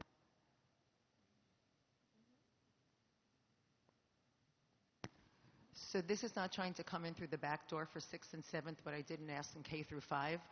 But the superintendent, raised a very valid point about the sort of 20 days and, changing the world, but my phrase, changing the world. However, what is to stop us from actually taking our children who are most at risk, actually sitting down with guardians and parents and doing it early and saying to them, we're doing something very different this summer. You give us your child for 4 days, a full day, and what we're going to do is we're going to have the tutors in place, kind of that stuff I mentioned back during budget season last year, where they are actually reading specialists, and they are going to work 1-on-5, 1-on whatever, and again, we can't do everyone, but we take a group of children who really need this so that they're not so much further behind. And we say we're going to try to infuse it with fun or do whatever and we'll figure it out. But we actually, I find it hard to believe that there are families, guardians that do not, upon being told that what we're going to do for your child is really try to work intensively over the summer to actually do reading work to help them and boost them for when they start school, that somehow that actually would not engender trust, so long as we, of course, deliver that. And I wonder if the tutoring program we've seen that works during the year across the country in the places it's been done can actually work in the 10 weeks, and we do an 8-week program or a 10-week program. And again, it's the old, it doesn't matter what it costs, because we always pay one way or the other. So if we're going to not allocate our money there, then we're going to wind up allocating more money in the fall, or we're just going to have kids falling further behind. But that's where I see us going. And I understand we can't do it in 20 days, and we certainly can't do it with this program in 20 days. 8th grade. Oh, I'm so sorry. We have another 6th and 7th grade question. Go ahead, Dr. Brandon. Lisa,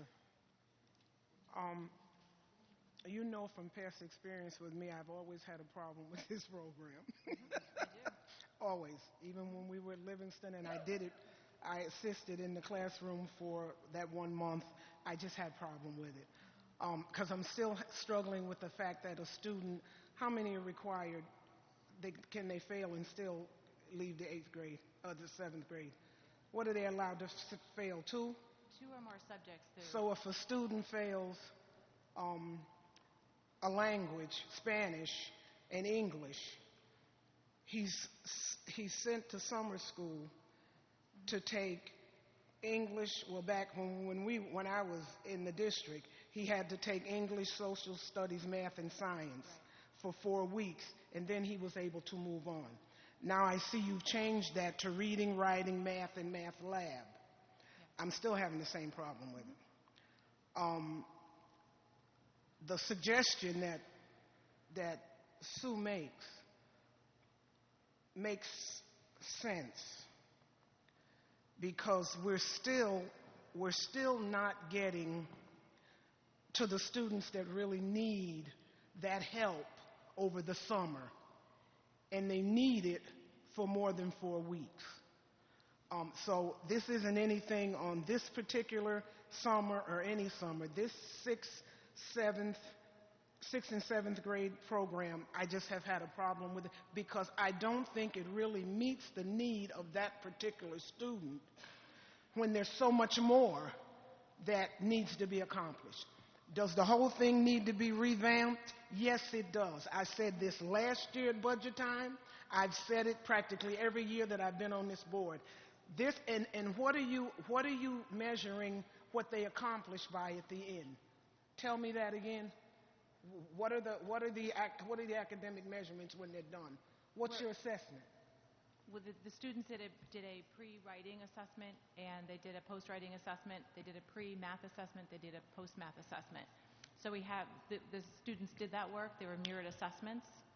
So they did that the first day of school and what the last was the week of school. overall The overall was that they've made a lot of, remember, they're coming very far below grade level, right? And they're coming with behavior, they're coming with a lot of issues. So the students in their writing made a lot of gains from the first piece of text to the second text in the writing piece.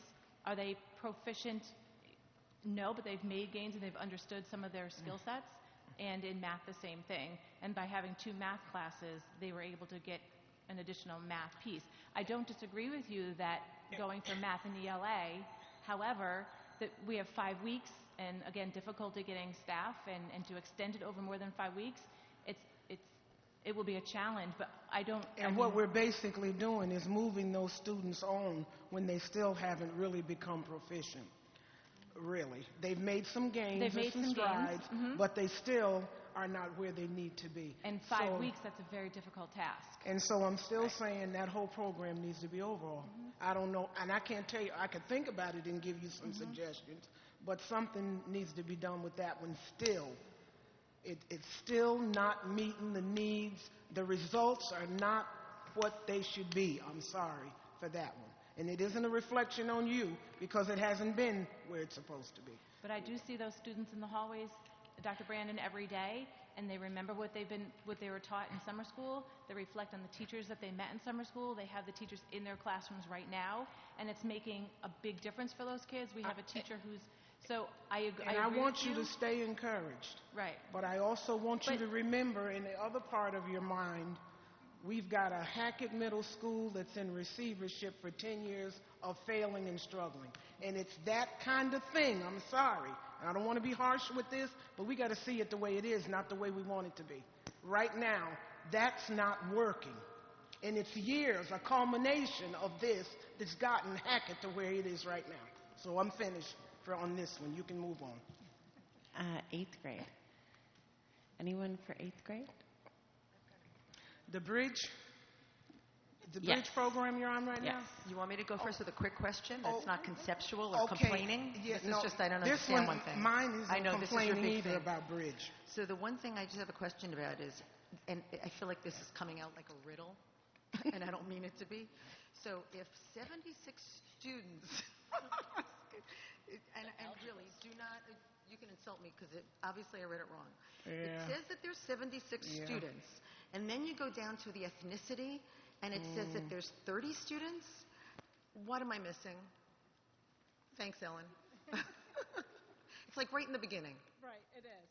And that's where, So I totally apologize for being thick about this. and this is the data that we got at the last minute.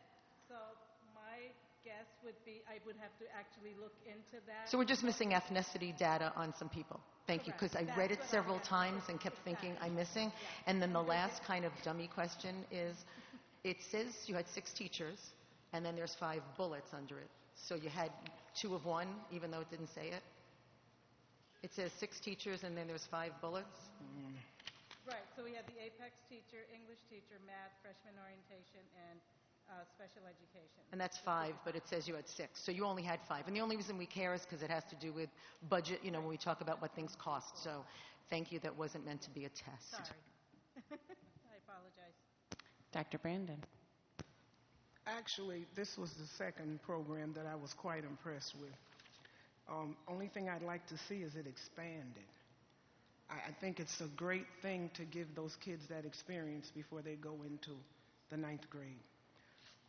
And the one thing I read in some of this stuff, I got so much write-ups here on this particular one, but the students, I think you said on one of those, and some of this somewhere, that you were thinking about taking it out of Albany High School because of people stealing bikes and stuff and all that.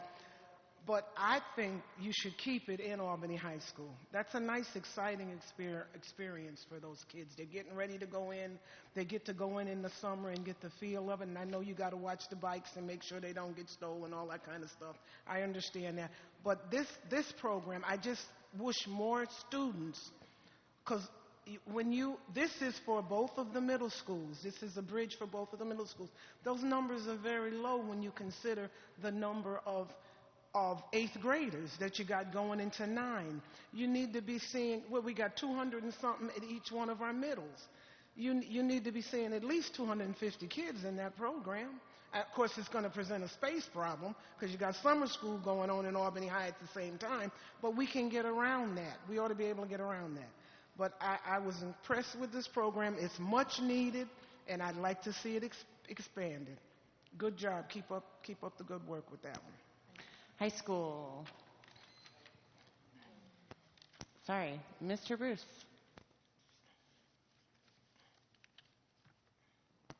I merely wanted to comment on the report and the use of algebra. Just thought that was cute. Just to, not to throw a wrench in it, but I did read and understood why you wanted it at the middle school, so I was going to point out to Rose, so maybe we can get a sort of a compromise down the road when you're doing this for next year, is the idea of going on Fridays, which you raised as a way of bringing them into the high school. Maybe that can be part of your behavioral plan. Obviously, I'm sure that's what you anticipated if the week goes well. So maybe if you do it on Fridays, that'll work for Dr. Brendan. Even if you bring them from whatever school you have them at, just give them that high school experience some way during those weeks. I think it would be that is the perfect segue great. for high school. So does Well, anybody have any questions for high school? And a quick note that we are close to out of time on this subject. So let's see if we can use it. Miss, I did just one, Janet Escada Lavoie. I think you're doing a good job considering all you have to do. But please don't let us have any more classes with 41 kids. Whatever you have to do to change that. If it's ring every last one of our telephone numbers on this board, if it looks like it's moving in that direction, it's up to you to stop it. You're responsible. Don't let us have any more summer school classes with 41 kids. But you've got a tremendous row to hoe with those kids trying to get those that didn't make graduation out and all that. So stay encouraged, but please, no more 41 classes, okay? Thank you, honey. So, yes, Janet, I was honored to be at high school graduation August this year for the first time because I'm usually not around. And you do an amazing job, and your rapport with the kids is exceptional. Tanda and I were able to be there. She spoke, and Rose was there. So I just have a couple of comments, suggestions about it, and let me start with the one that I have a question about. And that is that the disconnect for me on the report, the only thing that's a real serious disconnect for me is when you have on the document that's the report, you have the list of those students who pass and fail a course. And then when you go to the separate document for regents, you have those who fail or pass the regents. And I'm going to try to remember it. I tried to get one example, but as you know, it's not just one. Right. So for like living environments, if I recall correctly, 11% of the students passed the regents in August after summer school. However, like 2/3 of them, maybe high 60% of them or something, passed the course. Right. That disconnect means either, boy, those regents in August are real, boneheads putting out, AP level exams, or we have a real disconnect of rigor and grading in the classroom for summer school. Okay, so remember a story that was told about the high school where somebody was complaining like about exams and U.S. history to our acting principal a year or so, and she said in AP, and the kids are not going to get numbers, and her statement was keep the expectations high because you'll see what happens, and I think 100% of the kids scored in the 90s on the regents. So there's a problem for me with summer school. I agree. Is the answer that there are some kids in summer school who are on the cusp and need that extra work in order to pass the regents? And then we have a whole host of kids who are years behind in their skill set of reading, for example, and math. Okay, you're nodding yes. So here I segue. This is a great flow here into my last point, which is my suggestion. Again, for summer school, I really, really, really, really wish we had two groups. We had the kids who need that extra work in the summer to pass the regents, and then we have the kids who, for no fault of their own, it's almost a crime for them to have to sit for a regents exam when their reading level is below. It's like the SAT routine that I yell about not being diagnostic in 12th grade.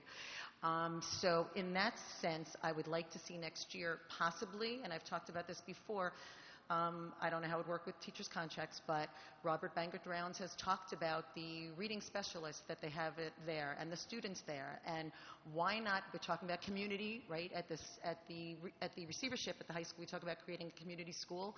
They're supposed to be starting that wraparound process is what they.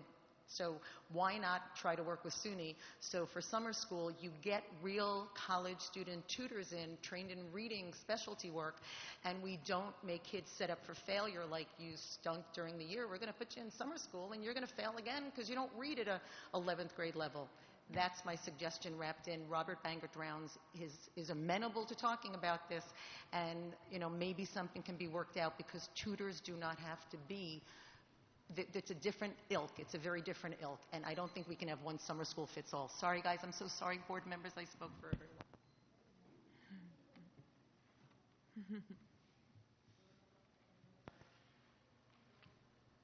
Okay. Yeah, I just want to say I love the report. It was great. It covered everything we've asked for, from recommendations, analysis, next steps. Loved it. Thank you. Just want to make one clarification, and I want to go on record for saying this. A little earlier, well, you heard me say earlier, me and Ms. Adler agree on some things and some things we don't. She made a statement that with the new program for the elementary, I want to make sure you're very clear with where I'm coming from. She said that she did not blame any of you. She mentioned Academy Park and the cabinet with some of the things that she finds wrong with the elementary program. I want to flip that.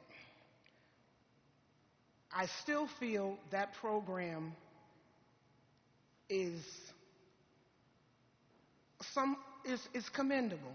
That's a noteworthy program. To have academics in the morning and let those kids relax in the afternoon. But you know what's key? You can bring any program in you want to for elementary, but if this group up here that has been given the charge to implement that program does not do it thoroughly and with enthusiasm, that they want it to work and not condescending toward where it came from or who brought it, it's not going to work. So I would never blame all of it back to Academy Park and the cabinet. Some of that responsibility lies on who it's been given to implement it. And you've got to work together cohesively, positively, with a positive attitude to make it work. And I'm saying that to the group that was given the charge to make that work. I want to go on record for making that clear from my point of view. Thank you. I just briefly wanted to echo what Mr. Bruce said. I really appreciated the thoroughness of the reports and that you guys followed the different guidelines. It was so much information that we've really been looking for in one place and was so incredibly helpful with this. So thank you all very, very much. We appreciate you coming out tonight. Thank you. And thank you, Ellen. I'm sorry I didn't recognize you when I recognized Janet for your work of graduation. Thank you. Next up, we have the high school project.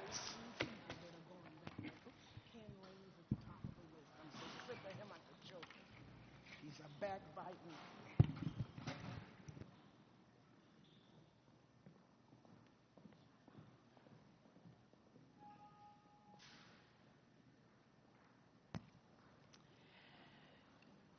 As we get set up, we wanted to have a public discussion around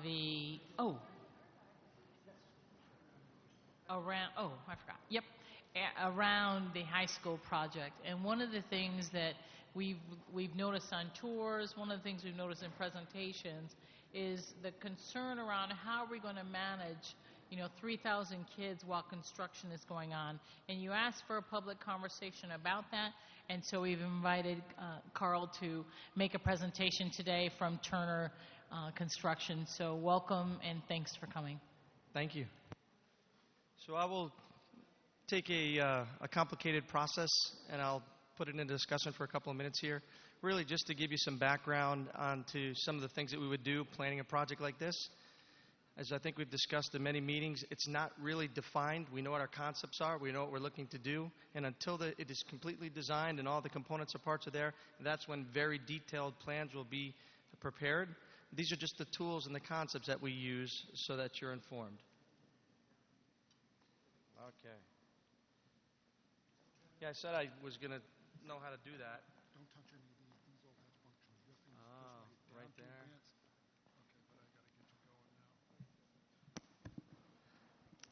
I can build buildings, I can assure you. I'm really sorry. Carl, I'm really sorry, but to my fellow board members, we have to have 4 to actually run the meeting, so you can't all leave. Yep. I'm very sorry, Carl. We have to okay. wait a second. I think people are... Oh, as long as we're not voting, go for it. There's no voting. Okay. So the quick agenda, and I hear a bell beeping. Quickly on. Look at that. I got it. Thank you. There we go. So here's what we're going to talk about. Oh, the superintendent's given that. My component, good. Here's our agenda. So one of the things with respect to the program that is, when we look at the renovating and adding onto the high school, is there isn't much swing space. So unlike some of the projects that I planned at Doyle Middle School in Troy, we can't move all of our kids out. We have to stay occupied. Just like we've done at Mount Pleasant and Schenectady right now, we're having to renovate that building while it's occupied. So when we did the project, or the district did the project, the previous project, you were able to relocate kids out and it made construction easier. We don't have that luxury when it comes to the project coming up. So basically, as our plan moves forward on Albany High School, we've got to look to minimize the disruptions that we can have for the students. So we've got to take a construction process, complete it, and let the learning environment continue and not be disrupted. Okay. So what I wanted to go through tonight is just a little bit about the process that we'll go through. Turner, this is not a sales pitch for Turner. We've been working with you for many years. We just have a lot of experience doing this, and that's where a lot of this information comes from. So some of the things that we do very early on is there are requirements from the State Education Department that need to be met when a construction process is undertaken. They're outlined in state education law called the 155.5 regulations. I am not going to read at this late hour all of these bullets for you, but I will tell you that they deal with things like noise, dust, access, delivery, off-gassing when new areas are turned over so that all of the new areas of construction can breathe a little bit so there's fresh air in the space for the kids, light. These are all the things that happen.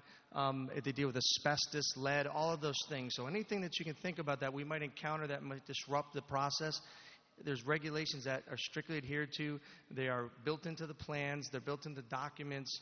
And then it's one of our jobs when we're on site to make sure that these things are followed.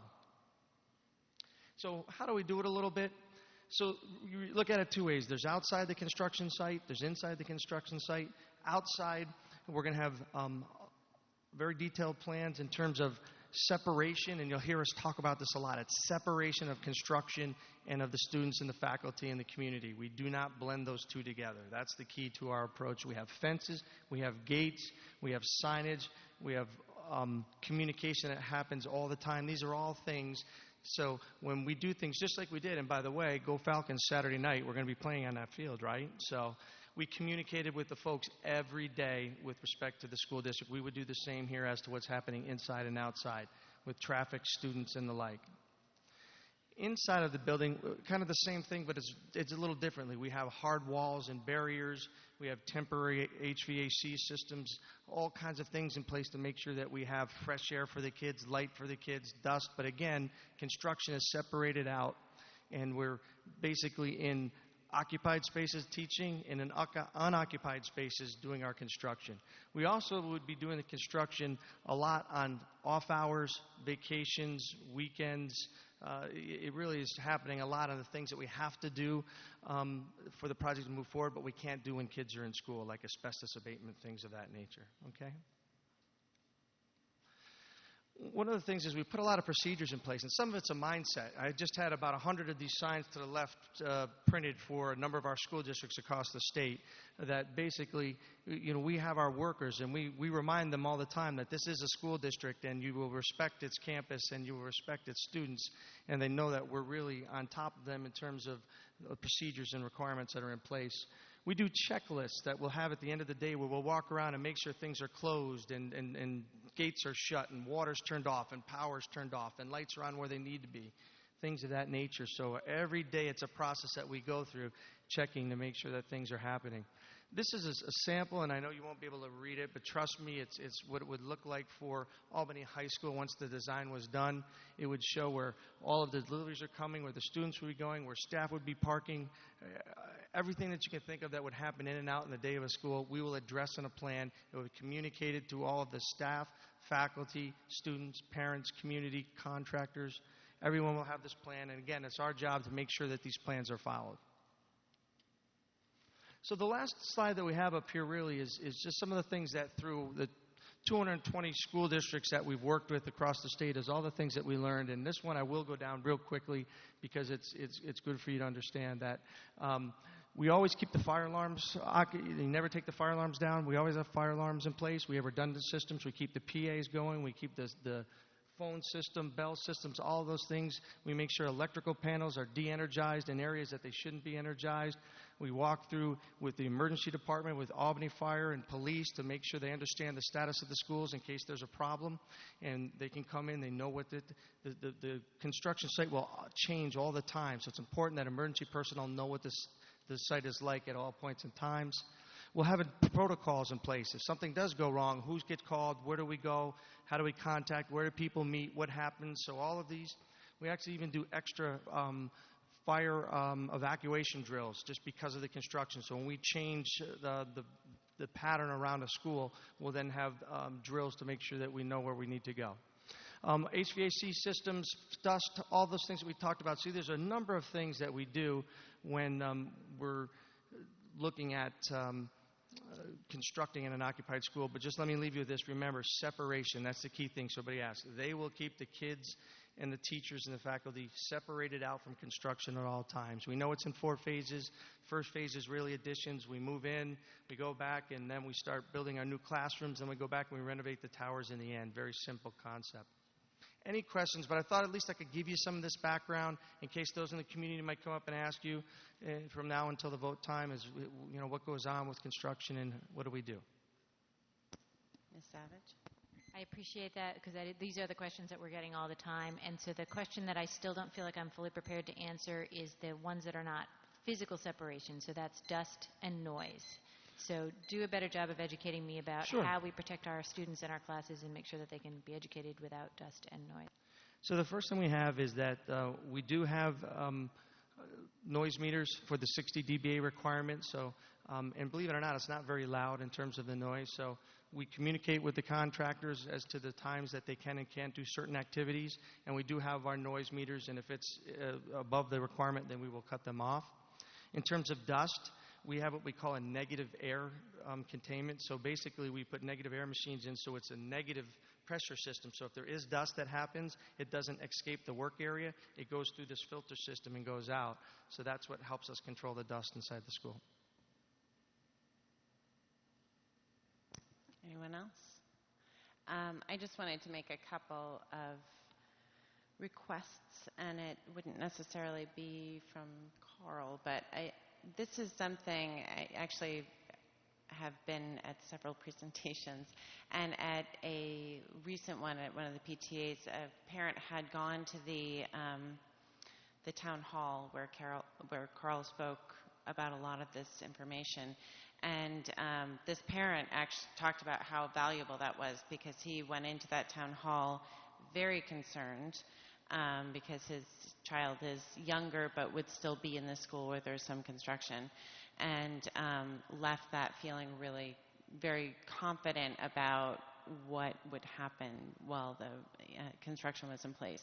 So I don't know if it's possible to put this PowerPoint up or something like that up so that people can find it if we have a section on the website that we can actually share this information directly with people and maybe even incorporate it in little bits of it into the presentations that we're giving, because there's some really good information in here, and it definitely gives you some peace of mind about, because there, let's face it, construction zones and classrooms don't always go together, unless, of course, you're learning construction, in which case it would go lovely. So that's just a request on that. And thank you very much for staying late tonight and going through the whole thing. It's very appreciated. I did miss one quick point. There is a health and safety committee also throughout construction that has representation from, faculty, and we put this together as a team, and that helps communicate any concerns or something that's happening without. So it's a makeup of anybody that wants to be in it, but there's people that need to be representatives from the school, from construction. So that's another good thing to keep in mind, because that helps communication. If that could be added to this information when we put it wherever we put it, that would be great, because I know that would go a long ways in our community as well. Okay. Thank you so much. Thank you.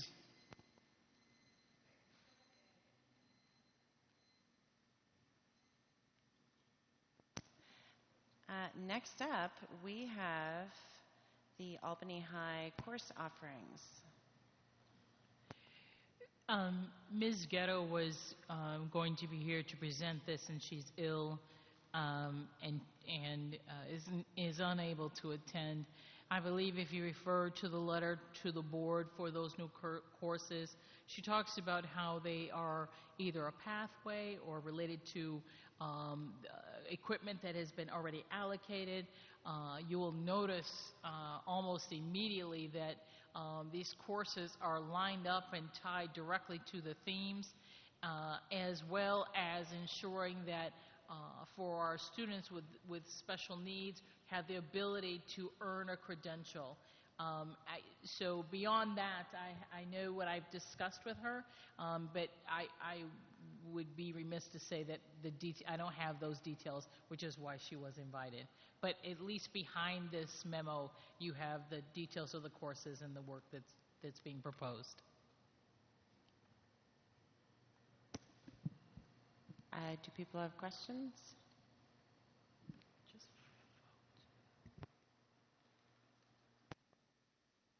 The only one I wanted to ask about, which I don't know, Dr. B, if you have the content expertise, is career exploration. This is an ongoing question about how we're doing career exploration. And in the document that I got, unless I've lost something with our new process, I don't feel like I fully understand what's new about this, what's different, why are we looking at this? Is it not the same as career exploration before? It's called Career Exploration Internship Program. So I don't really understand how this fits into what we were doing before and the whole conversation about how we prioritize resources around career exploration. So that was the main question I wanted to ask. Go ahead. That's what we like.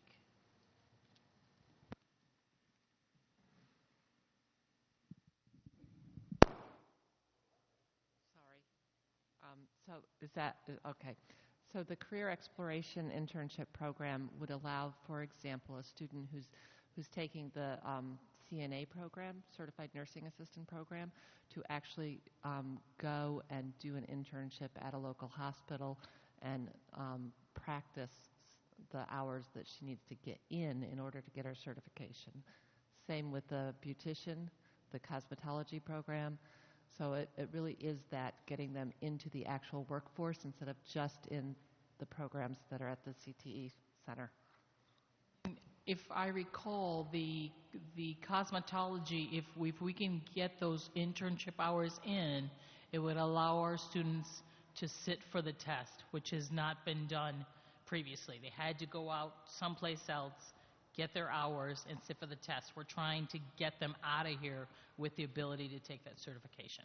And that actually is, I believe it's 1,200 hours, which you can't do in two years. 2 years. So you either have to do it in the summer or you have to get extra hours somewhere else.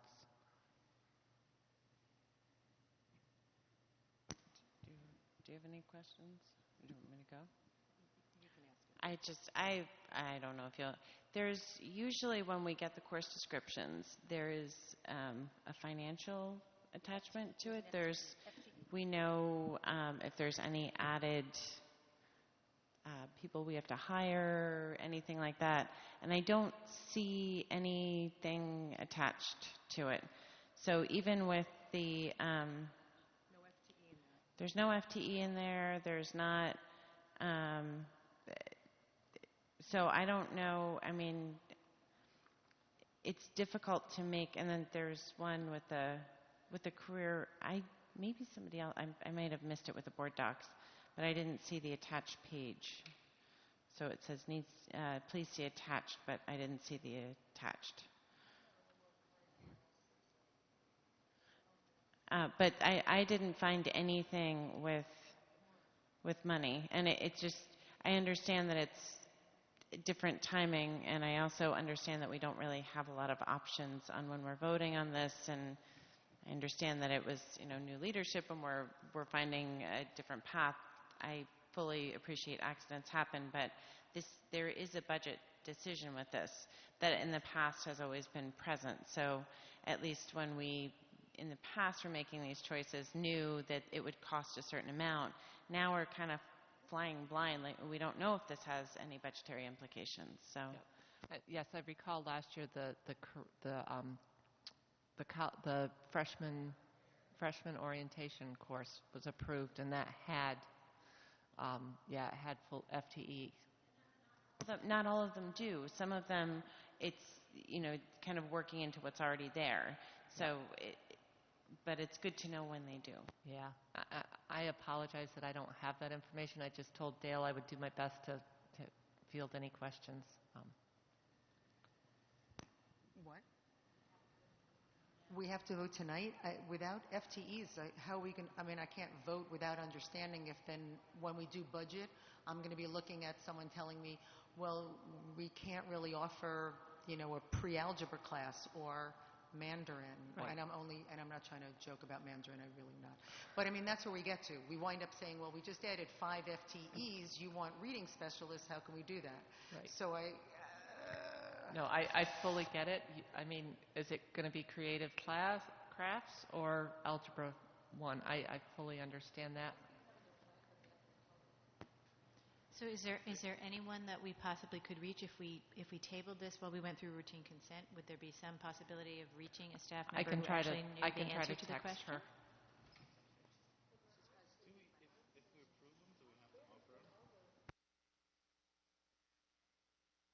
Wait a minute. Mr. Bruce has a valid question which we have to explore before we bother poor sick Dale.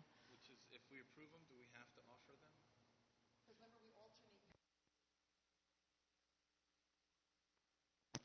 For the audio recording, which will be posted on the website, we need to speak into the microphone.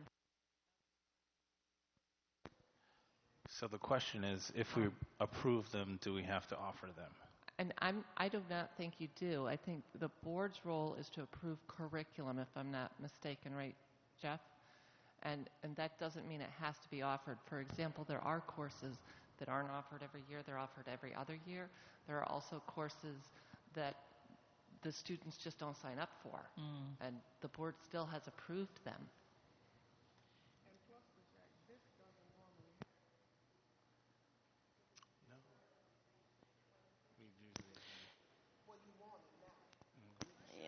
Yeah, it was. Yep. It definitely did last year because when the board, which I was not on at that time, approved the new freshman year course, it may not have been on that sheet, but right, I don't know, but I'm not talking about form, I'm talking about in content. The board knew how much money it was going to cost before they approved it. So, yeah, I mean, is it something where, because what I was told is that they're printing the new course catalog, so there wasn't a lot of wiggle room with this. So to make sure that the course catalog is there in time for all of the children choosing their classes process, which having a child having just gone through that, I think it is important to have that course catalog for our students. We are in kind of a spot where juniors start scheduling in December, I believe. So that's why, we're in a position. What I would love to know is, and I guess I would be comfortable voting on, none of these seem to be a high impact thing. So if we can get the information of if there are added FTEs with this, and I would also add, if one of them has a high number attached to it, then to not, I mean, it just, you know. I can I don't think we should. certainly reach out to Dale when she's feeling a little better and get that information and put it in the board update. That would be great. Is anybody else comfortable voting on this? The only reason I'm hesitant is that if it's in the course catalog, children will sign up for it, and then, to withdraw it. Well, It's challenging. it doesn't necessarily have to go in the course catalog if we approve it, is the But point. I thought the point was we were printing the course catalog. Yes, so but we don't have another board meeting for another few weeks. So in between our board meetings, I mean, they can get us the information in several days, and it's... Oh, that was the problem. We're not going to be Right, we're So not are you gonna be suggesting meeting. that procedurally we would withdraw it by some mechanism other than through a public meeting? I'm not understanding what you're suggesting. No, procedurally, as a board, I think we could direct staff to say, we're approving this Subject to some financial subject limitation? to information, and if any of these classes requires more than 2 FTE or 1 FTE, we can pick a number. It should not be, And so you're suggesting that the motion not be a straight up or down on the content, but the motion should be something like, the board approves this up to a certain number of FTEs or some variation on that. That makes some sense.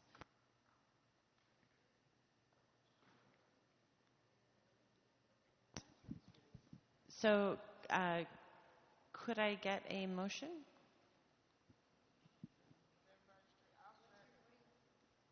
What's the motion, Sue? I'm making a motion for the board to approve the Albany High School course offerings, subject to a submission to the board by the high school of the total number of the actual FTE impact if there were implementation in the coming academic year, 2016-17. Thank you, Superintendent. Yeah. Second by Dr. Brandon. All in favor? That is Bruce, Adler, Farrell, Brandon in favor. Any abstentions? Any against? Savage against. Next up, we have routine consent. Can I get a motion for routine consent? Mr. Bruce, a second, please. Dr. Brandon, are there any set-asides? Ms. Adler. HR addendum number 7. Doing this from memory, I believe that's what it is. Has to do with APSTA stipend rescission.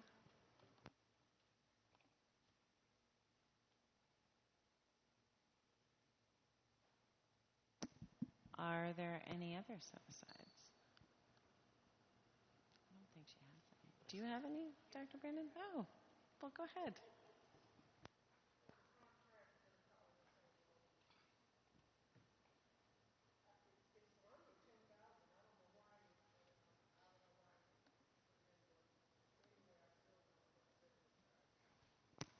Mr. Bruce. Cornell.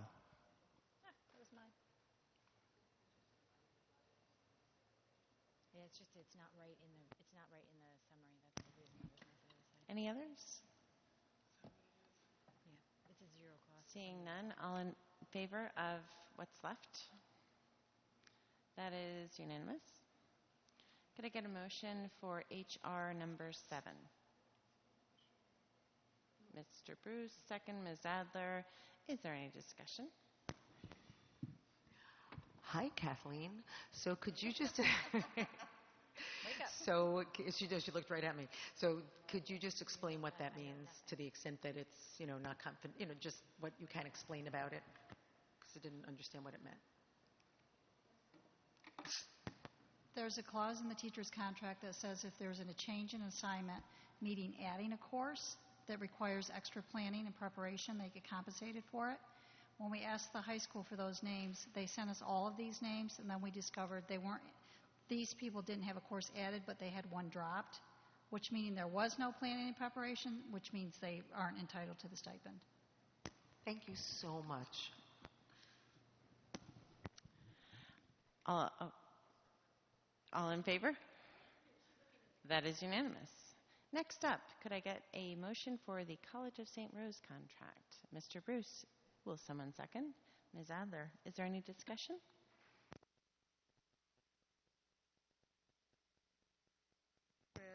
Gotta work my computer here. I'll get the mic in a minute. I'm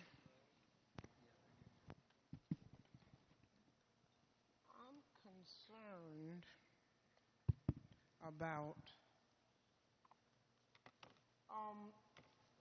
this intern that's coming.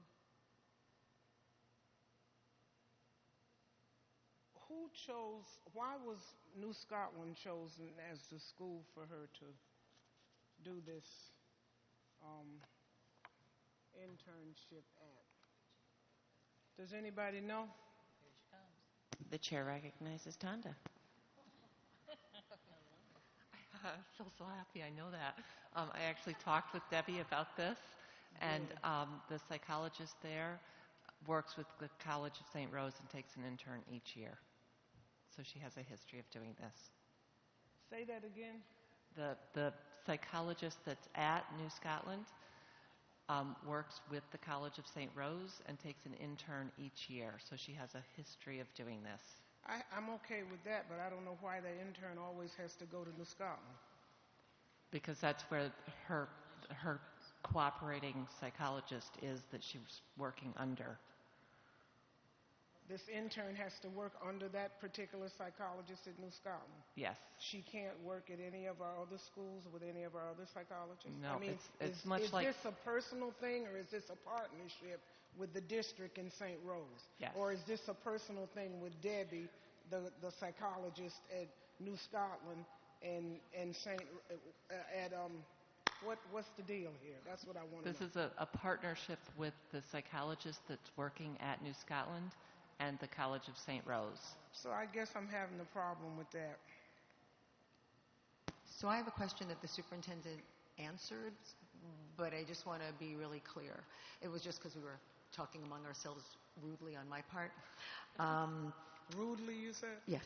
So the $7,500 payment is the thing that kind of concerns me, because it sounds it concerned like... me too. Hey, right, yes, so you didn't say it, so I'm building on it. Sorry, but but Judy and I were talking about it also. No, so if someone is an intern... That was part two. Internships, there are paid internships, and there are unpaid internships, as we all know who have children.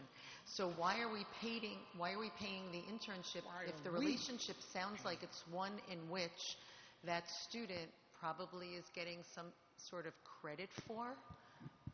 I'm assuming that student is getting credit in some respect for the work, and if so, why are we paying that person if there's a learning experience under the tutelage, in a sense, of this one specific person who's obviously a St. Rose graduate? I asked Debbie the same question, and she said it is a paid internship and always has been. But that I knew was, but that doesn't answer the question. Yeah, No, I mean, I don't know mean it to you. Yep. I mean, so just because we paid in the past, so then the next question is, do we have a need for an additional psychologist at New Scotland? And if the answer is but for this student, and I don't even know what the student can do if the student's really learning, but if the student isn't fulfilling an FTE component, and but for this student we really weren't going to be adding an FTE component to the crisis team at New Scotland, I'm not paying $7,500 just because it used to be done. Yep. I mean, not to you, but I'm saying there's so much in the district that used to be done. And so, now that Ms. Adler totally took my question away from me, but I'm not very upset about it because she went right where I was going. She just didn't give me time to go there. Okay? The other part B of my question was going to be, how come we're paying $7,500? Why isn't St. Rose paying the $7,500? And just because this is something that's been done, which is a flim-flam answer from Debbie to you, doesn't mean it's right.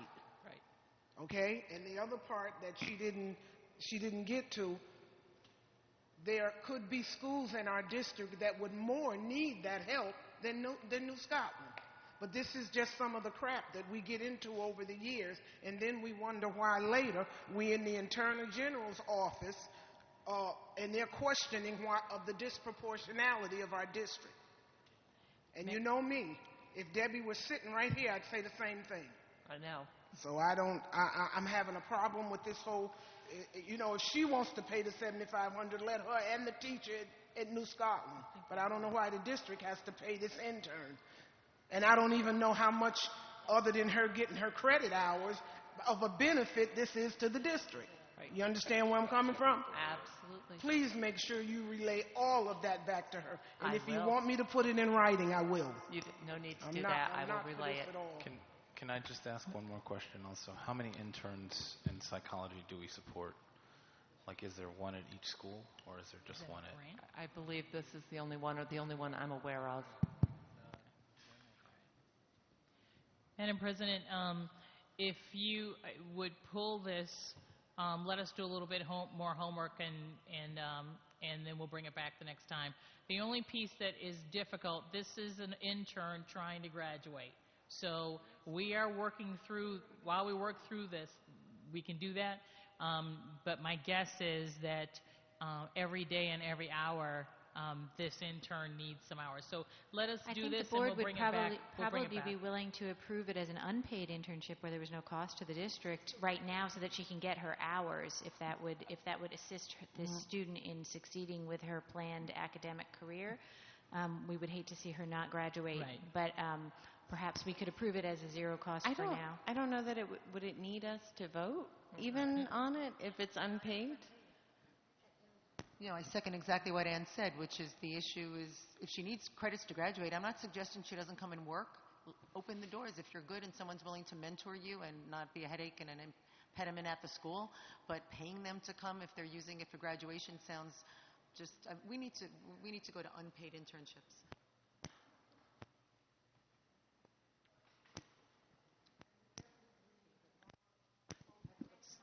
So just to clarify, because I'm not really sure exactly where we are right now, are you coming back to us with more information, or? I mean, it sounds like there's a series of questions that we need to go back and ask. Very simple, at St. Rose, why are we paying for the intern? Those are just basic fundamental questions we need to go back and ask. So let's table this.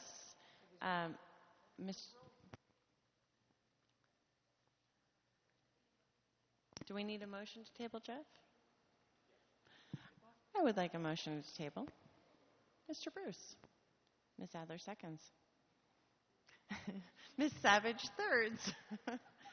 Moving on. Oh, I'm sorry. All in favor? All in favor. I am getting tired, and these chairs are not very comfortable. Next up, could I get a motion for the Cornell contract? Ms. Savage, a second, please. Mr. Bruce, is there any discussion? Well, Mr. Bruce officially set it aside. I was going to set it aside as well because it's really not a matter of the contract, but I believe that there is a problem with the item D on our board docs, authorization to enter into contracts, suggests that this is a $100,000 item, but I believe it is a zero-cost item.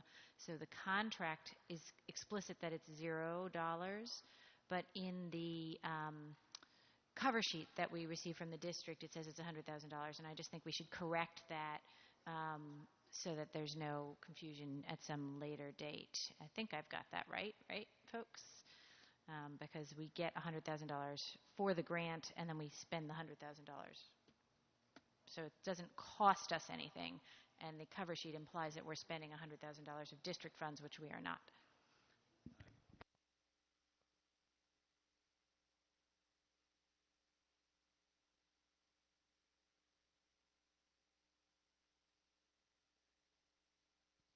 There it is. Yeah, it's reimbursement. That's how most grants are. I'm just reading part of it now, but yeah, assume it's reimbursement. Nobody fronts these all up front.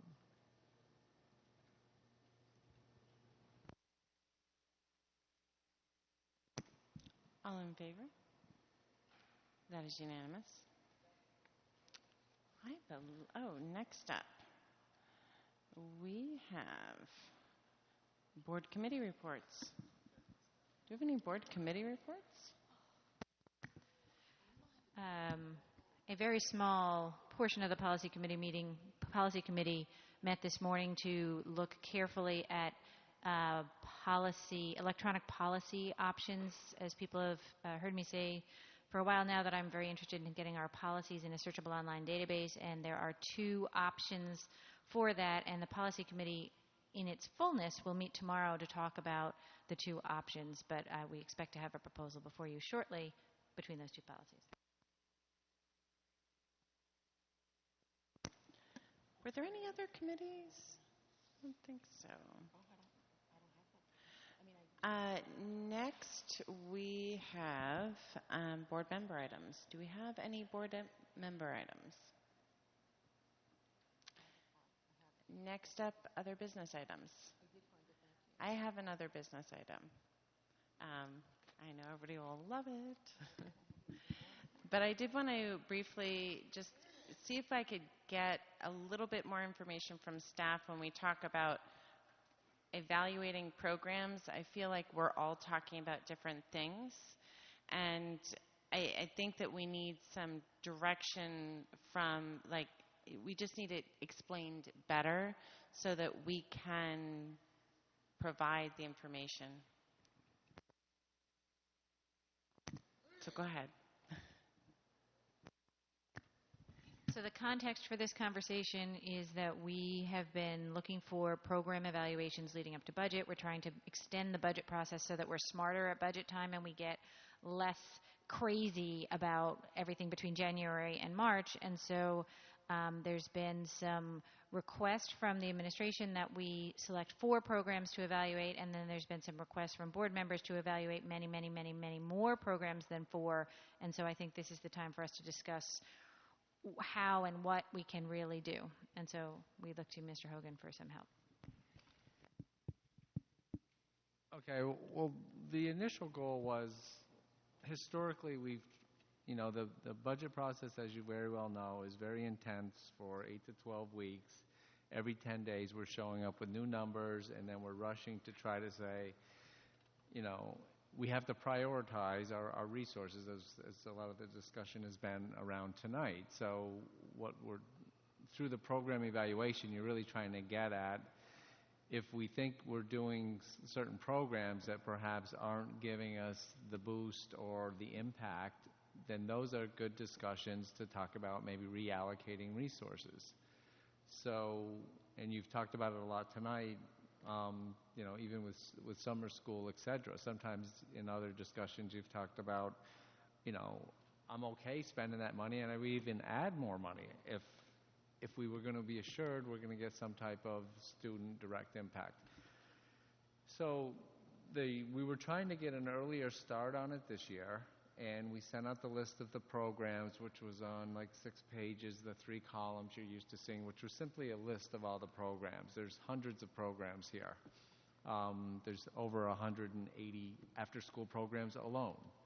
So the attempt was to say, all right, let's look at if we have to prioritize, and we always do, and if resources are limited and we want to do some new things or expand some current programs that we're very happy with, we've got to look at reallocation. So the idea was, if you suspect or think some, I mentioned it to you as some of the weak links that we may suspect we're not getting the impact we want. Let's review those more carefully and dive down into the data, look at the FTEs, look at the resources assigned to it. So there's a tremendous amount of work that goes into evaluating one program, but we would look at the board's recommendation. You gave us a checklist of like 10 or 12 things, and draw from that to put together a package. Where is it? How are the kids being served? How's it staffed? A budget estimate, and whether or not there's any data on any impact or results. And we all understand in this business, there's 100 variables every day on every kid. You can never do a direct link on a program. So that's the difficulty of this business. So, and one of the things I wanted to clarify is in the different information that you passed along, you said that staff usually goes through 15 or 16 program reviews as well. So there's usually around 20 different program reviews. I think one of the things that would be helpful is for us to get that information too. So I thought, well, if you're looking at, I don't know, the YMCA after school program, for example, then that's not something that we need to put on our list. So that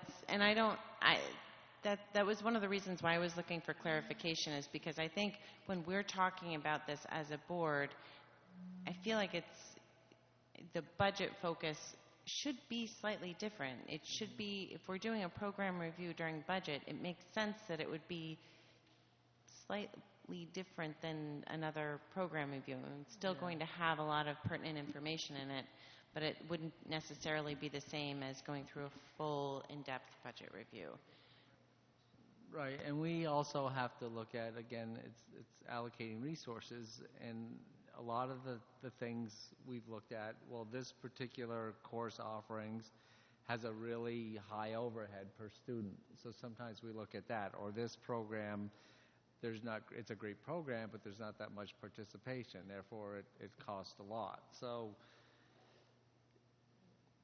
we actually look at stuff also maybe sometimes from a slightly different angle as well as the same angles you're looking at. And staff just goes through and looks at, in our cabinet meetings we'll discuss, well, why don't we look at some of these programs? And a lot of them we've looked at. I mean, a lot of times similar programs keep popping up. If you get into a resource-heavy thing, it's like Chinese, and we've had those debates and discussions, and the district wants that, the community wants that. So sometimes you say, okay, we've already explored this, we've gotten a clear message back, that's probably off the table, let's look at something else. There's been a lot of discussions about, we have an extremely rich music program in this district, probably richer than most suburban districts.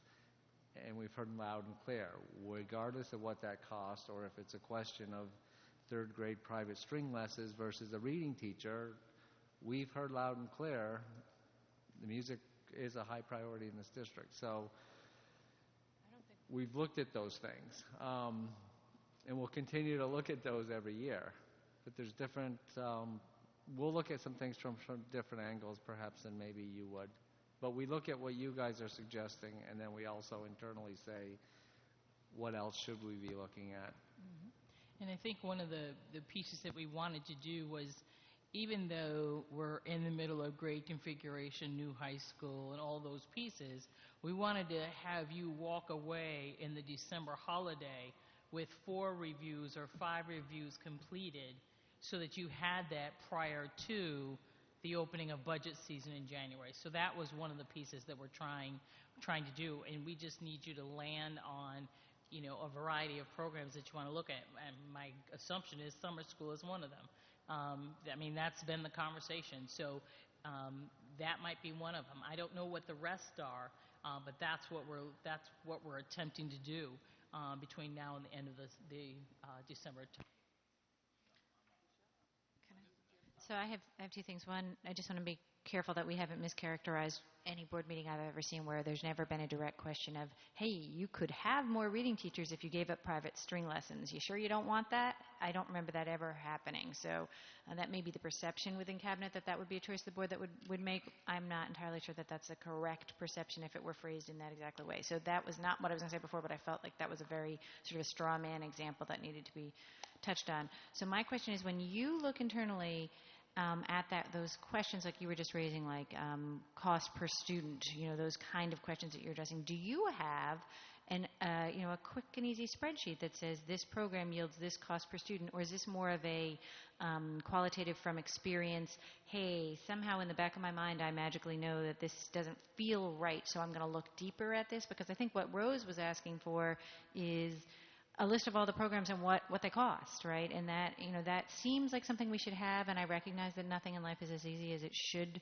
be, but that sort of sounds like you actually do have some sense of what those overall costs are for these programs, because those are the ones you look at, but it may just be that it's sort of the professional experience that gives you the insight into that to know to look there. But if there is a cheat sheet about that, that's the kind of thing we'd like to know. Yeah, there's not a cheat sheet, because the only programs where we are required to is if it's a grant program, we are required to track it by program cost, staffing, benefits, supplies, contractual, etc. Unfortunately, everything in the general fund, we're required by the State Comptroller's Office to not keep track of programs, but to keep track of functions, so instruction. So we have 1,000 of those codes. So for example, if you had 400 programs, you would need 400 account codes just for K-3 teachers. And you need 400 more account codes for the 4 through 6 teachers. So you'd end up with thousands of codes. In the end, no one would even be coding things correctly, because they'd be looking at encyclopedias of account codes to try to pull one out. So in everything, the way we track everything by function actually ties directly to our state aid filings by account code. It says, pull this account code and put it over here to claim your state aid. So that's why it's dictated that we have to keep our financial records that way for the general fund. Of course, my mental database says, well, why can't we have a second field in addition to the account code that's the program to which this expense applies, that is sort of like our books of how the programs are allocated within the instruction. And I'm not suggesting that the money is a different amount, but that each expenditure really does have there's two pieces of content tied to each expenditure. One is what account code does it go to, where does it fall, and the second is what program is it part of. And those are two both important pieces of information in understanding expenses. And I'm hearing you say that sadly it's not done that way, but I'm kind of pushing a little to say we don't actually need more account codes, we just need another column when we enter an expense where we also enter the program, and then we can add up the numbers a different way. Well, even if you just look at your HR appointments every month, 100, 200 people are moving a month. So that's just a full-time job, just keeping track of Susie's now over here doing this. So I guess that says that we do, in fact, need to focus the efforts of the administration on selected programs that we would like to have evaluated to a certain degree. I mean, if we have, we can push a different budget approach, but we should keep talking, because right now I am looking at a clock that says December 15th. And if you're asking, you're saying, hey, we want to get you some stuff before you go away for December, that's like 3 board meetings. Yeah. Right? It's really not very much time at all. Okay, so, I'm sorry. Did you want to say? So, I understand the difficulty of what you're talking about, because you've explained it before about the FTEs, and then you have to pull these numbers together. But I'm siding with Ann about it, because to me, and I go back, I had found when I was actually going through some documents looking for stuff, the guidelines for program review, 2012 to 2013 budget development. So this predates superintendent, January 25th, 2012. And it has a series of bullets, 1, 2, 3, 4, 5, 6, 7, 8, 9, 10 of them. Is it mandated? How many students are impacted? Is the program currently successful? Percent of student passing? Can it be reduced and brought back later? Level of savings with elimination. And I know that we didn't create it as a board, it was created for us. So here's what I think I would like, and I'm talking to, during this sort of discussion part, extra business. I was going to raise this as an idea. I would like very much to have us actually at the next board meeting have a few minutes and sort of talk beforehand, because this is what used to happen on the board, and Rose and Ginny remember it. So Bill and the superintendent, it was Ray Clucciello at the time, sat there, and because we didn't have a retreat at that point, and they said, going around, what are your goals? Actually, they were all the same, and I think at this point we all really have the same goals, and we've talked about them and the children we want to serve, most. But while not forgetting about the others, and we went around, and in a sense we provided, because I said this last year, it's our budget, we vote on it, we're the ones responsible for it, we set the parameters. So the responsible, quoting Ginny, fiscally and programmatically responsible thing, which was not done last year. We just got a wholesale budget going through, and I was hoping this was going to be started earlier with the work that was done at trying to get budget information. At least we can start it now. It sounds like we're not getting the structure we're looking for. We need to impose our own structure, which is to say, the movement of students forward because we have an integrated system. For example, to have kids advance at the high school, that doesn't work because of the same BEDS code unless you also do work at ALC. So if ALC could drag down the graduation rate and all the other information because their numbers are dovetailed in. So you can't really separate doing work at the high school without that. You can't really separate from all those RTI. I mean, it is not 4 programs, and the problem I had last year, and I'm going to have it again with this budget, and why I think we should put a structure in, is at our level, certainly, if not, right below, we need a coherent district-wide perspective on what our goals should be for the year. What do we want to see achieved? Even if we don't meet those goals, what are we looking for, and then what do we have to do it? So if we're looking to start throwing it out, by 3rd grade, we want this number of children reading, and we want that improvement, then we know that as a coherent thing, we need to figure out what that's going to cost and what we need to move around. What are all the other things that are important? And so I think that whatever program review you're doing, you need to distribute to us, which we didn't get last year. So if you're doing stuff within Cabinet, every time it's done, it's not a web posting thing, but it just comes to us as the board. But I believe that, and you look at these documents, the guidelines for program review, we're basically looking at the kinds of expenses, like, we're not looking at library, things that are on here, but we are, or Project Lead the Way, but we are looking at the kinds of things, because this is old, ALC, so it's like all dead, RTI, coaches, PD, studio class. We're looking, AIS, we are looking at the big ticket items, and it's not 4. And the fact that it's a lot of work is just not an answer to me anymore. I cannot imagine that we will live with I don't believe this board will live through that same budget process again and will allow information to not come out that we need to vote on it. So why don't we get a jump start on it? Now you have an idea, and why don't we, the next board meeting, take 15, 20 minutes on the agenda to talk about it? Well, if you could clarify, because you're talking about the goals. This is also something I've been trying to schedule. So and I will clarify that we did used to do that exact process. We would do a goal-setting process, which is very important, and the superintendent would initiate it, and it was an important process for us to go through as a board. That hasn't happened for the past 3 years. I want to make sure that since we don't have the experience now on really how to do that, I feel like we do need to go through a process so we really, as a board, since it's not being led outside the board now, as a board, we need to know how to do that. So I am in the process of scheduling that. I agree it's super important, and I think that has been severely lacking in our district, and that has led to a lot of problems, us not going through that process. But I think that we need to do it as a board now because it used to come from a different place, and now we need to do it ourselves. And I apologize, so maybe I'll just explain that in addition to that, and maybe the issue is to discuss with your leadership how to get there, is we need to ensure that our decision-making and then the communication we have with our employee and then on through to Cabinet is that it has to be, I don't think coherent is the word I'm looking for, but there has to be, you know what I'm talking about, so things make sense. So it's not piecemeal. And my concern when you ask about 4 programs, and I know you didn't mean it, is it becomes this piecemeal project, and then we wonder, how come we didn't move? We're in stagnant growth.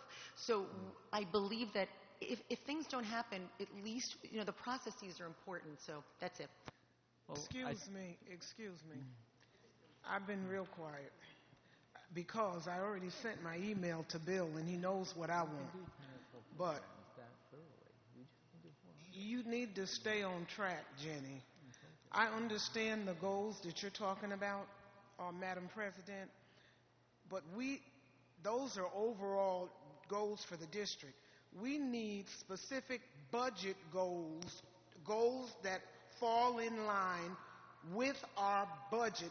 This is separate from this is why I want Sue to stay on track. Agreed. With what she's Sue asking mentioned for. the overall goals, and that's why I wanted to separate them. You've got to For budget, we got to get the goals, the top priority items. Now, I'm going to tell you something. I said it in the email, and I'm going to tell it to you face to face. I don't know how you're going to get around it. Every year, Bill, we hear procrastination and a little bit of wasting time and waiting to see if they're going to come back and mention it again, and I hope they don't. Well, you're going to have to step up to the plate. I guess I should have prefaced this with my apology like I've been doing all night, because I'm going to take you to the woodshed. Now, we got to get, we have got to get, the form she had is the most recent. Prior to that, if you remember, and I think you were on the board at the time, we used to get those orange sheets that back when the Harriet Gibbons program was on, the dollar amount, the students involved, it was a big, no, this was before then, and I think I have copies of it, and I think you were around. This, I think, is the sort of thing that we're talking about. I'm specifically interested in academics, the RTI, the AIS. We know the main things. You know the main things. We talk about this every year. That's why I'm not for us picking four. I'm for you getting them lined up. Not every single thing you have on your budget program is what we are interested in. Right. Now, you ought to know that by now. Right. You know the ones that present a problem every year. And so I'm expecting you as the business administrator to be able to go in and pull them and give us all the information about them and how much it's costing us, and get with the cabinet people who are responsible for it and find out how much academically our children are being helped. And if they aren't being helped, like Sue says, get rid of that program and go find one. There's no sense in spending $500,000 on a program when we're getting, I'm going to show you, for instance, bear with me. Lonnie Palmer, when I came into this district, Lonnie Palmer was the superintendent. Eva Joseph was the deputy. When I got on the board, she had managed to be the superintendent. Lonnie Palmer had a huge meeting at Livingston with the entire district staff. At that time, he told us they were spending $20 million on special ed, and they were not getting the results that they needed to get from special ed. That was in 2001 when I became an employee district. And guess what? Today, I don't know if we're doing too much better, and we're spending a hell of a lot more than $20 million on special ed. This is the thing, this is what we want to know. Okay. What are we spending? How much? Who's being benefited? And if it doesn't look right, I'm going to quote my friend Adler over here again, get rid of it and let's find something that will work. Is it going to be a lot of work? Heck yes, it is. Heck yes, it's going to be a lot of work for you to pull it together. I'm not putting together the four that I think are the top. You've been business administrator long enough to be able to pull out what's important and give us the information. Now, that's where I'm at. You all can do whatever you want. If I could make a couple of suggestions. Oh, go ahead. I was just going to add to, I mean, I think what Rose is saying is certainly true, that many of these programs that we're really interested in come up over and over and over again. And this actually goes to the point of the board guidance around presentations that we have recently developed, which for the Albany High School Summer School final report, that our suggested guidelines were followed pretty closely. And so I am suggesting that, yes, now it's October 15th and February is right around the corner. So we are in a bit of a crunch and it is going to be a lot of work. But if we follow this kind of a program, of a kind of a model every time we talk about a program, we look at the budget, because that's the big piece. All of the things that Rose just described, how much does it cost, how many children does it serve, where are those children, and is it working? Those are the things that are in that guidance. And I don't really fully understand if we're all on the same page here, fellow board members, but I want that to be every time somebody gets up there to tell me, oh, I'm going to talk about AIS, oh, I'm going to talk about RTI, oh, I'm going to talk about whatever it is, to do it with that format so that I know how much it costs. Because if I don't know how much it costs, it's very hard for it to really help me in doing my responsibility, which is guiding the budget. And so I commend to you the summer school final report from Albany High School as a model for how we should be doing it all year, so that we have 12 months to do this work, not 6 weeks before December and then 6 weeks after December. So Right. yes, it's a tremendous amount of work, and I think that that's an important distinction that Rose made just now, which is it's not every program, it's every meaningful program. What did you say, Sue? Yeah, right. But I do think that, that's an important distinction between, we're not necessarily asking for each of the 180 after-school programs to be individually evaluated. Right. We're asking for the ones that we felt last budget cycle. I think that this is a general consensus that last year the budget cycle was sort of like, hey, let's keep doing what we're doing and let's do some other stuff. But we know full well that we're not doing a good enough job. So to say just keep doing what we're doing is just so not okay. Like, we want to spend less on things that aren't working and more on stuff that we know where we need to put money. What's irritating is, and I'm sorry, I just got to say it, I'm loud. We went through this whole discussion last year. You should have started with this in September when the school year started. Somebody in your staff somewhere should have been pulling this together and have something to show us by now, maybe not the completed thing, but something, because you knew from last year we were going to come right back, and we're coming back strong with it. This is what we want, and I know it can come out of the business department. So if I could just make a couple of suggestions. I think actually Anne's suggestion of people following it, and I will add that the Jumpstart also followed it very closely, and several other ones did. I mean, they all really, it was very, very helpful. And I think Anne's absolutely right. If that's followed, that is a program review, in addition to having our staff kind of take ownership for those different things, which is really important. It also is a program review that during budget time on board docs, people can actually go back, search for things, and look and say, wait, what was that in high school again? And we can search and pull it up. So it's really a very useful thing.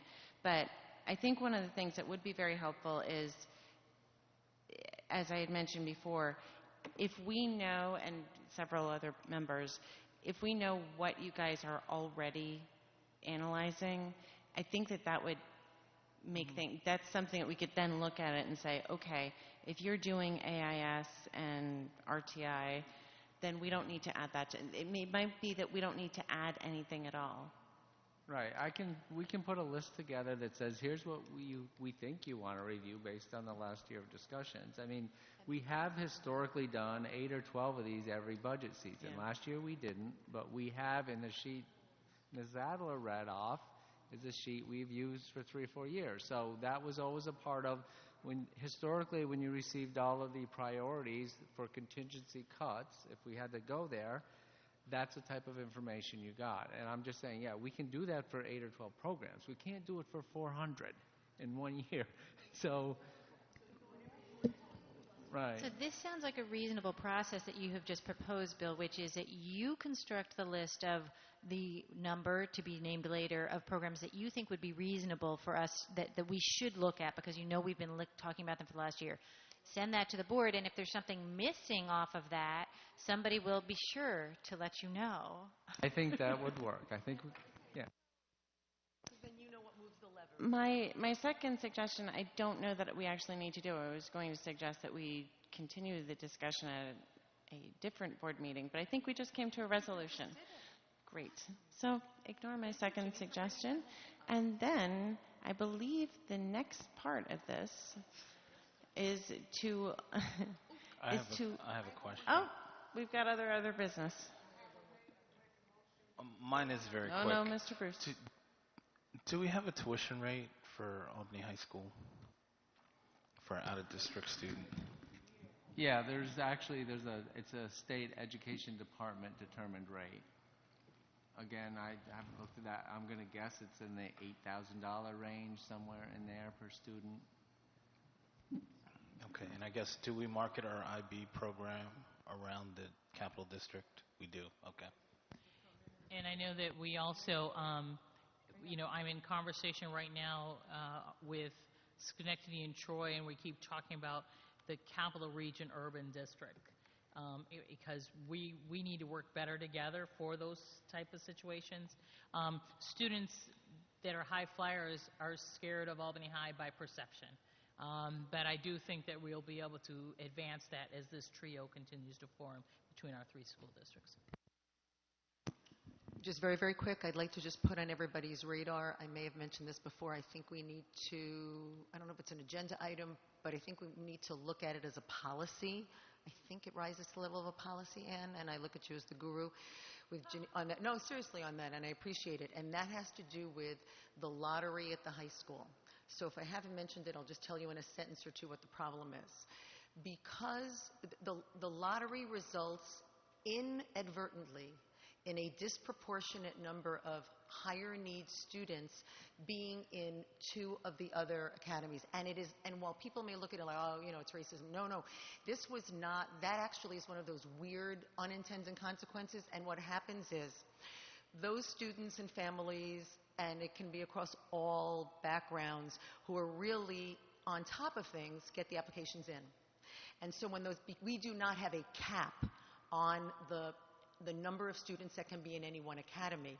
So, for example, everybody puts their applications in, and then they do, it goes to innovation and discovery, and Jody's got a lot of, people coming there now, but then whoever is last and doesn't do an application and comes to our school goes into leadership and citizenship.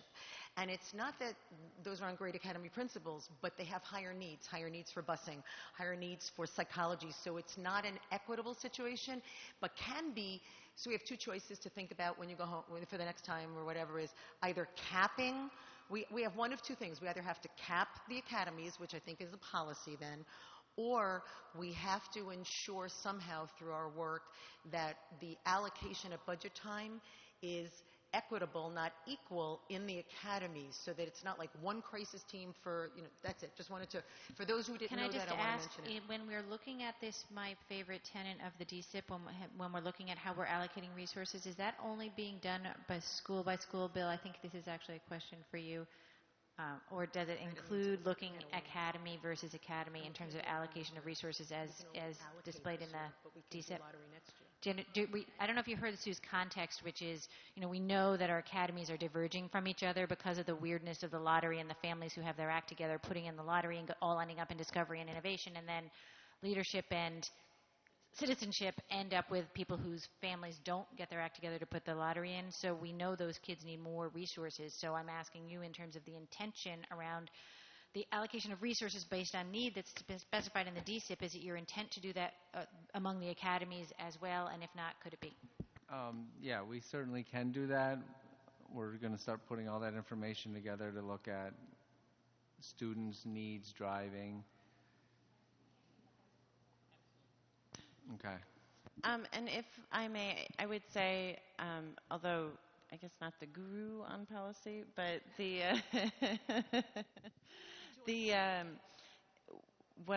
Anna's definitely the guru of a lot of technological things on policy and beyond. But what I would say is this is actually, we're not at the policy level yet. There might be a recommendation for a policy, but this is something that staff really should make a recommendation on. I mean, I think sometimes things come up that is to board members that staff doesn't necessarily identify as an issue, but this is a clear issue that's been happening for many years now. So, I think this is a charge that we really need to have our staff look at. I think that we should have a date to have some sort of recommendations on how to move forward, and then it might end up as a policy committee issue. But I think that we need to have staff do some work first to figure out some outcomes, and that might, I think we would have to have a straw poll on that. No, and thank you very much, because I think staff at the high school was not sure that was something the board was willing to address, or that's sort of a hard way to put it, but it had other parts, choice involved and other stuff. So that's great. Thank you. I think they will be very happy. But well, I think we should, just to be official, are there 4 board members that are interested in that? Just to be clear, that is to have a thought process in the staff with a presentation of a recommendation to address, not this lottery that we've already sent the the flyer out for, we're talking about for the following year, but to propose some alternatives. We can do resource allocation for this year, but that's a... Yeah. Right. It doesn't propose some. It doesn't necessarily mean. I think to me, it's a bigger question. It's to propose some alternative ways to allocate students among the academies. I'm not going to say to allocate resources if they like the way it's going. I mean, just some combination thereof. There's got to be one or the other. Or both. It is sticky note. And some kids will say, "I love that academy." So just so we are, can we get? Are there 4 board members who are that is unanimous that we're interested in that?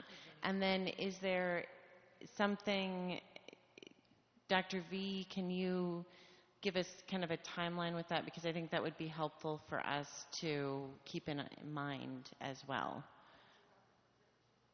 Well, no, I mean, if that's something that, and clearly we can be flexible about it, but if we can know that December we should start looking about maybe starting to have the discussion on different options, I think that's something we can plug into our... Just pre-budget, probably. Yeah, I was going to say, I would love to say December.